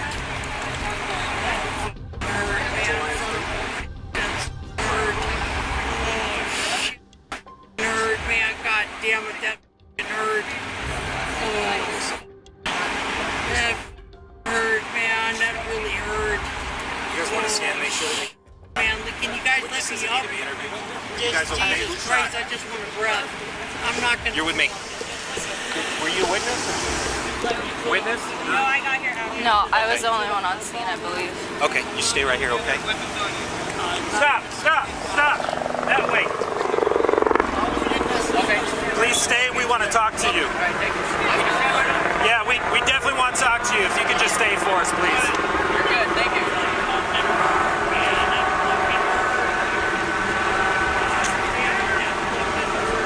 Where's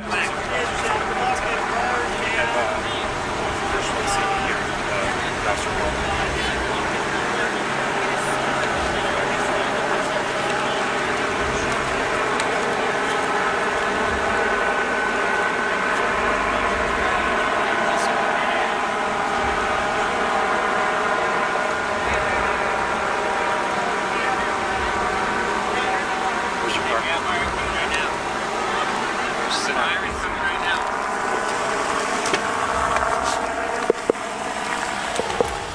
Brousseau would receive immediate medical attention, and again, thankfully was expected to survive his injuries, but not without consequence. Brousseau will be charged with several counts of including of a police officer, Fortune said. Conclusions about whether the actions of the officers are consistent with department policy and the law will not be made until all facts are known and the investigation is complete, the police briefing concluded. However, not all deranged people like Brousseau or Spicer use petty weapons. Some even end up using the own officers' resources against them.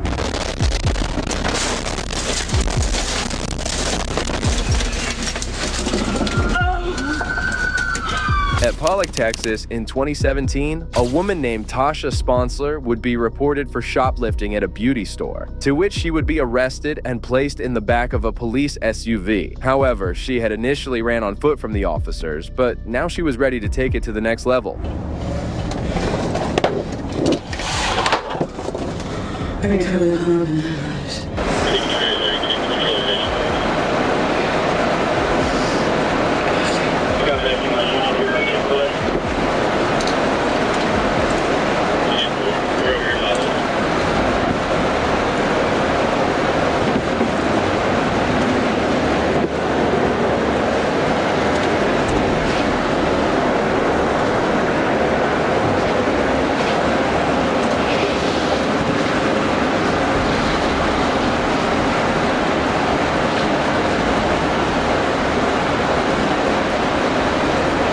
Already, Houdini over here used her apparent magical powers to somehow slip out of the handcuff, and hence crawling onto the driver's seat of the SUV. Yeah, about that. God dang! Hey! God! What the hell?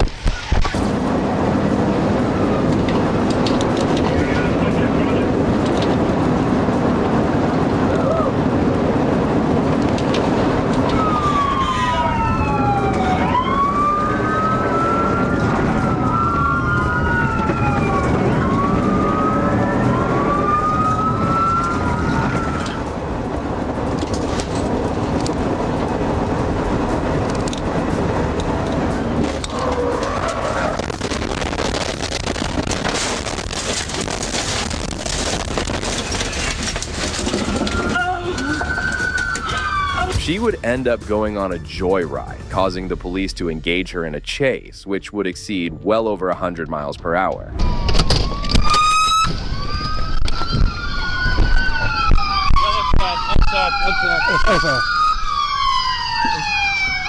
Bust no weapons on her. Bust the window out. Bust the window out. Where's the window punch? Window punch! Window punch! Window punch! Window punch!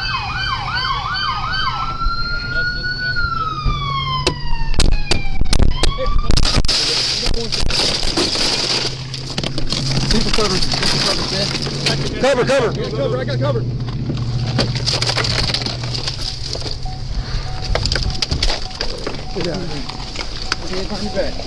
Another small example of the absolute length some crazy people will go to avoid arrest. However, Sponsler would not be that lucky. Tasha Sponsler was sentenced to 8 years for count 1, 10 years for count 2, 25 years for count 3, and 45 years each for counts 4 and 5. The sentences are concurrent, which means Sponsler will be serving them at the same time. Considering the number of insane cases we've witnessed already, anyone would think it can't get any worse than this, right? However, sometimes these incidents of criminally crazy people aren't just isolated cases, as we find out in this last case.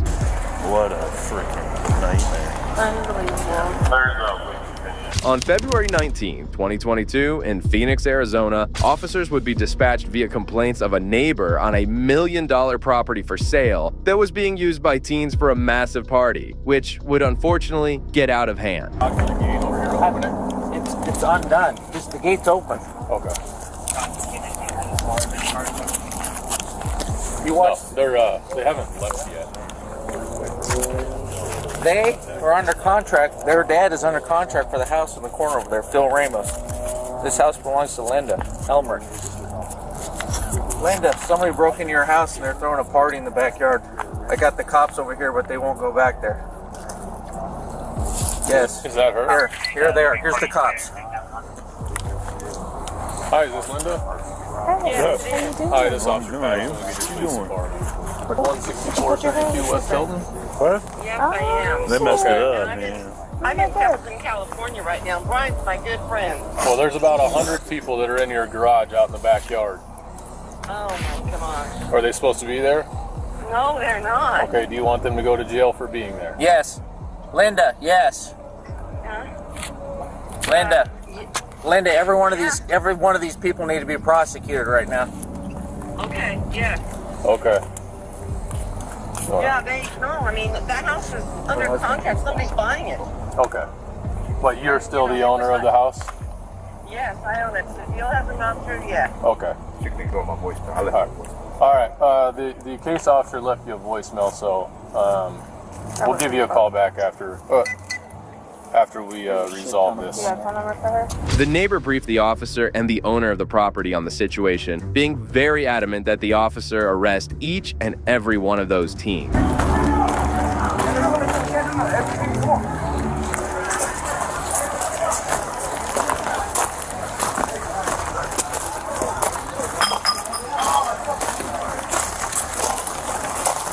Damn, officer, you gotta shut it down.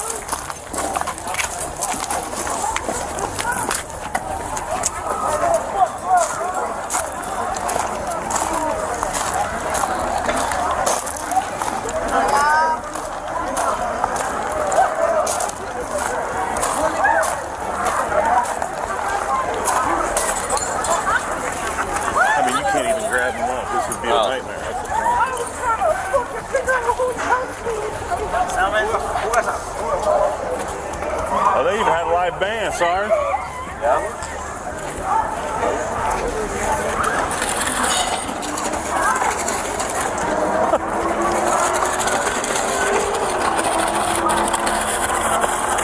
Hopefully they don't smash the crap out of our cars.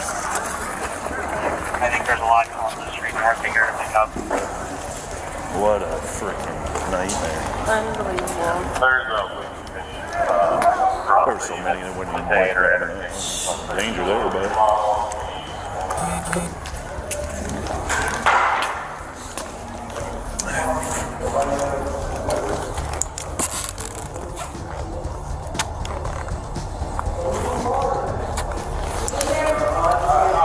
After busting the party, the officers would get a shocking reveal of 150 people leaving this party. Too many for them to all be arrested.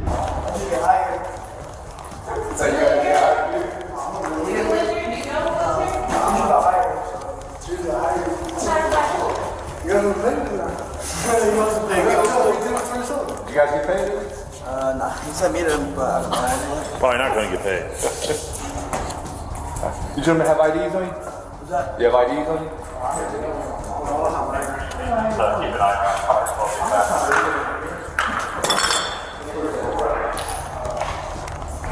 So what happened here?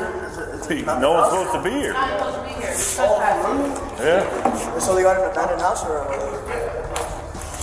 It's not abandoned, but the homeowner's not here and doesn't want people here.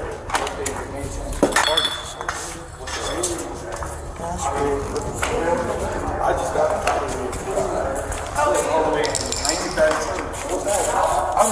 come on, make sure I work with some moments. Mine is 19,000, so it's bad. Hey, so since you guys are the last ones here, you know what you get to help us do? Clean all this shit up. I'll be for real, man, because the people that own that house want everybody arrested. And you're the last 3 here. Yeah, dead serious. The only ones left behind would be the band members, which the officers would waste no time in questioning and making them clean up the mess they started.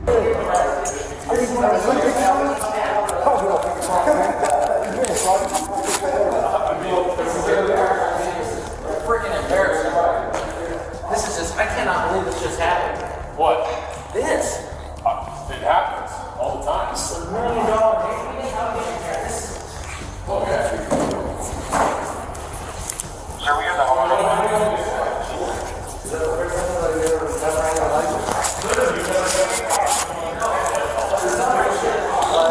You want to check these names for me? Yeah. You already come over there? It's gonna be the two. No, I didn't. So these two. Just these two. Anthony Ortiz and Manuel Contreras.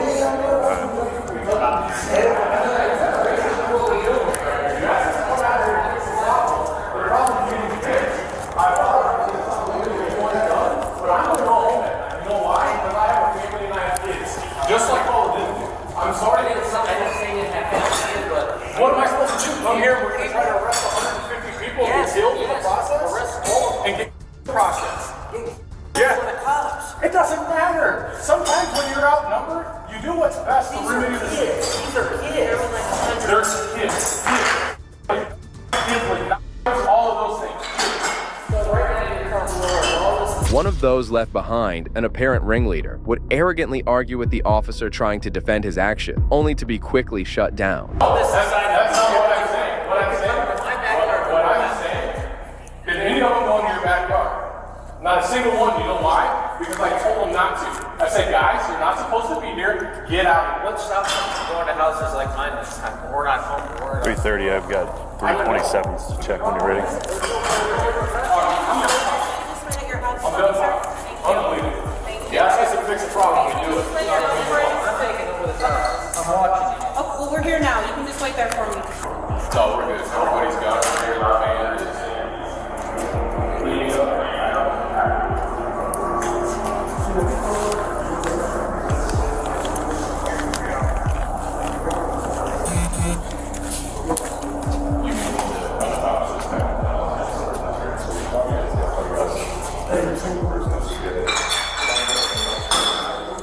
What do you want us to do? Scoop every 150 of them up?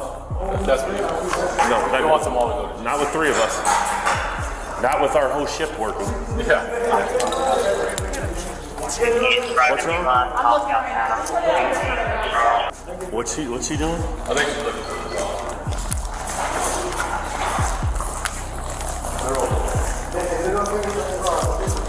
I can't get through right now, man. No way.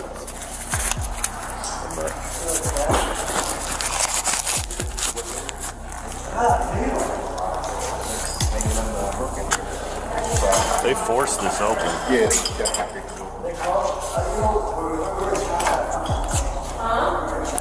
Okay.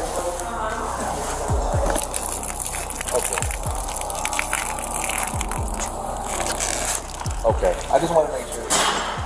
Patterson?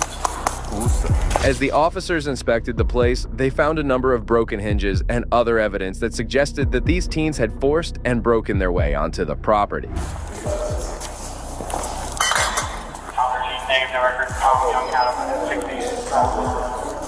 I can tell you for sure that the service door.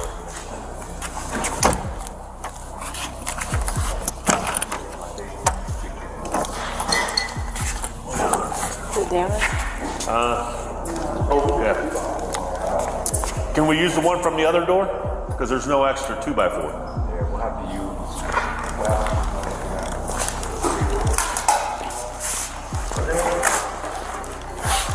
Excuse me, gentlemen.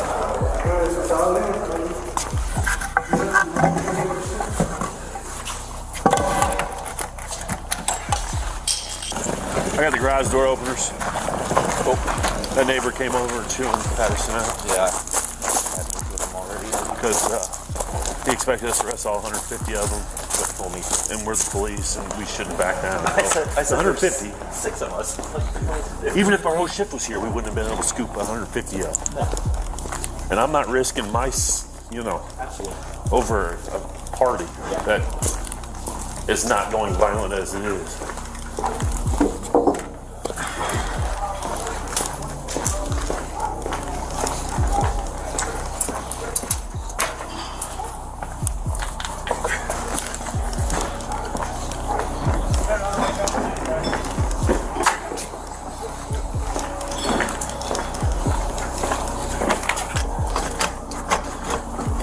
That's everything on there.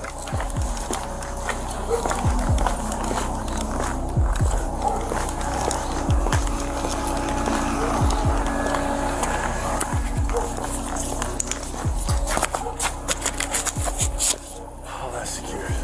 All that's Good too? Anything over there? I haven't checked on the outside yet. Oh, that's the part. 2 air conditioners. Jesus. The neighbor who had originally reported the party was not satisfied with the news that so many of them got to leave freely, but the entire department even couldn't arrest all of them. Yeah, I'm trying to come and talk to you. I'm saying you want to talk to me. She wants you to have those. They're the garage door openers. It was locked. What? Everything was locked up. I know, they kicked in the door. But those are the garage door openers sitting in there. Yeah, because it's for sale. Everything was locked up. I can't believe. Who wants them to have those? The owner? Look at the that. owner does, yeah. Look. Thank you. Yep. Glass everywhere.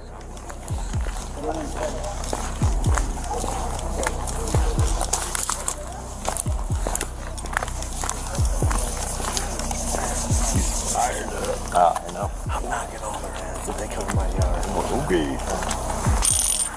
I'm gonna go eavesdrop. This guy, this one. You the band? All right, man.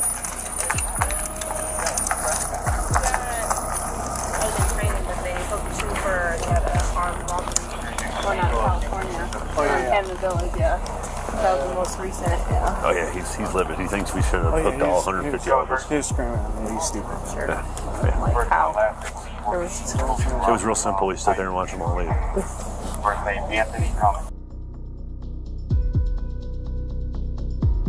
Sorry. These are $1 million homes. Okay. Now they are. Yeah. Now. Because inflation. Not when he bought them.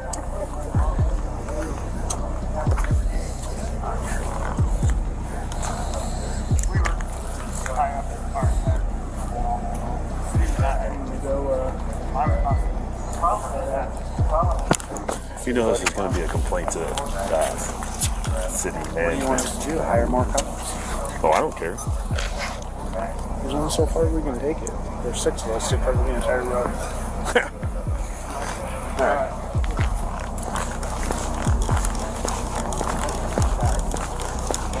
House is secure.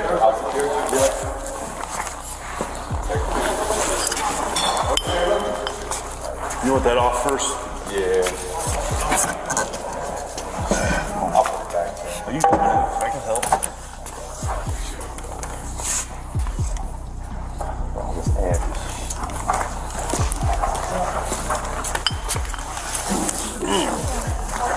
Now he's tuned into LP.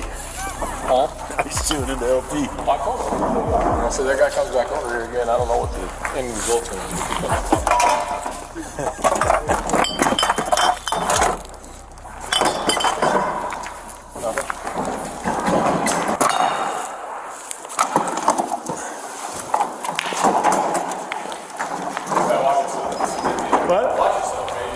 With not being able to do anything else to help, the officers would find themselves having to play maid and clean up all the amount of garbage left from the party. And who cares?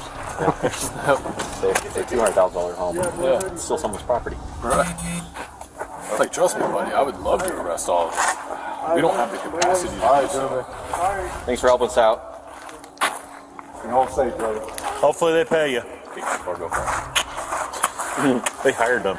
And we're supposed to pay them. I'm going to figure out how to shut this thing. Okay. 360, that's it.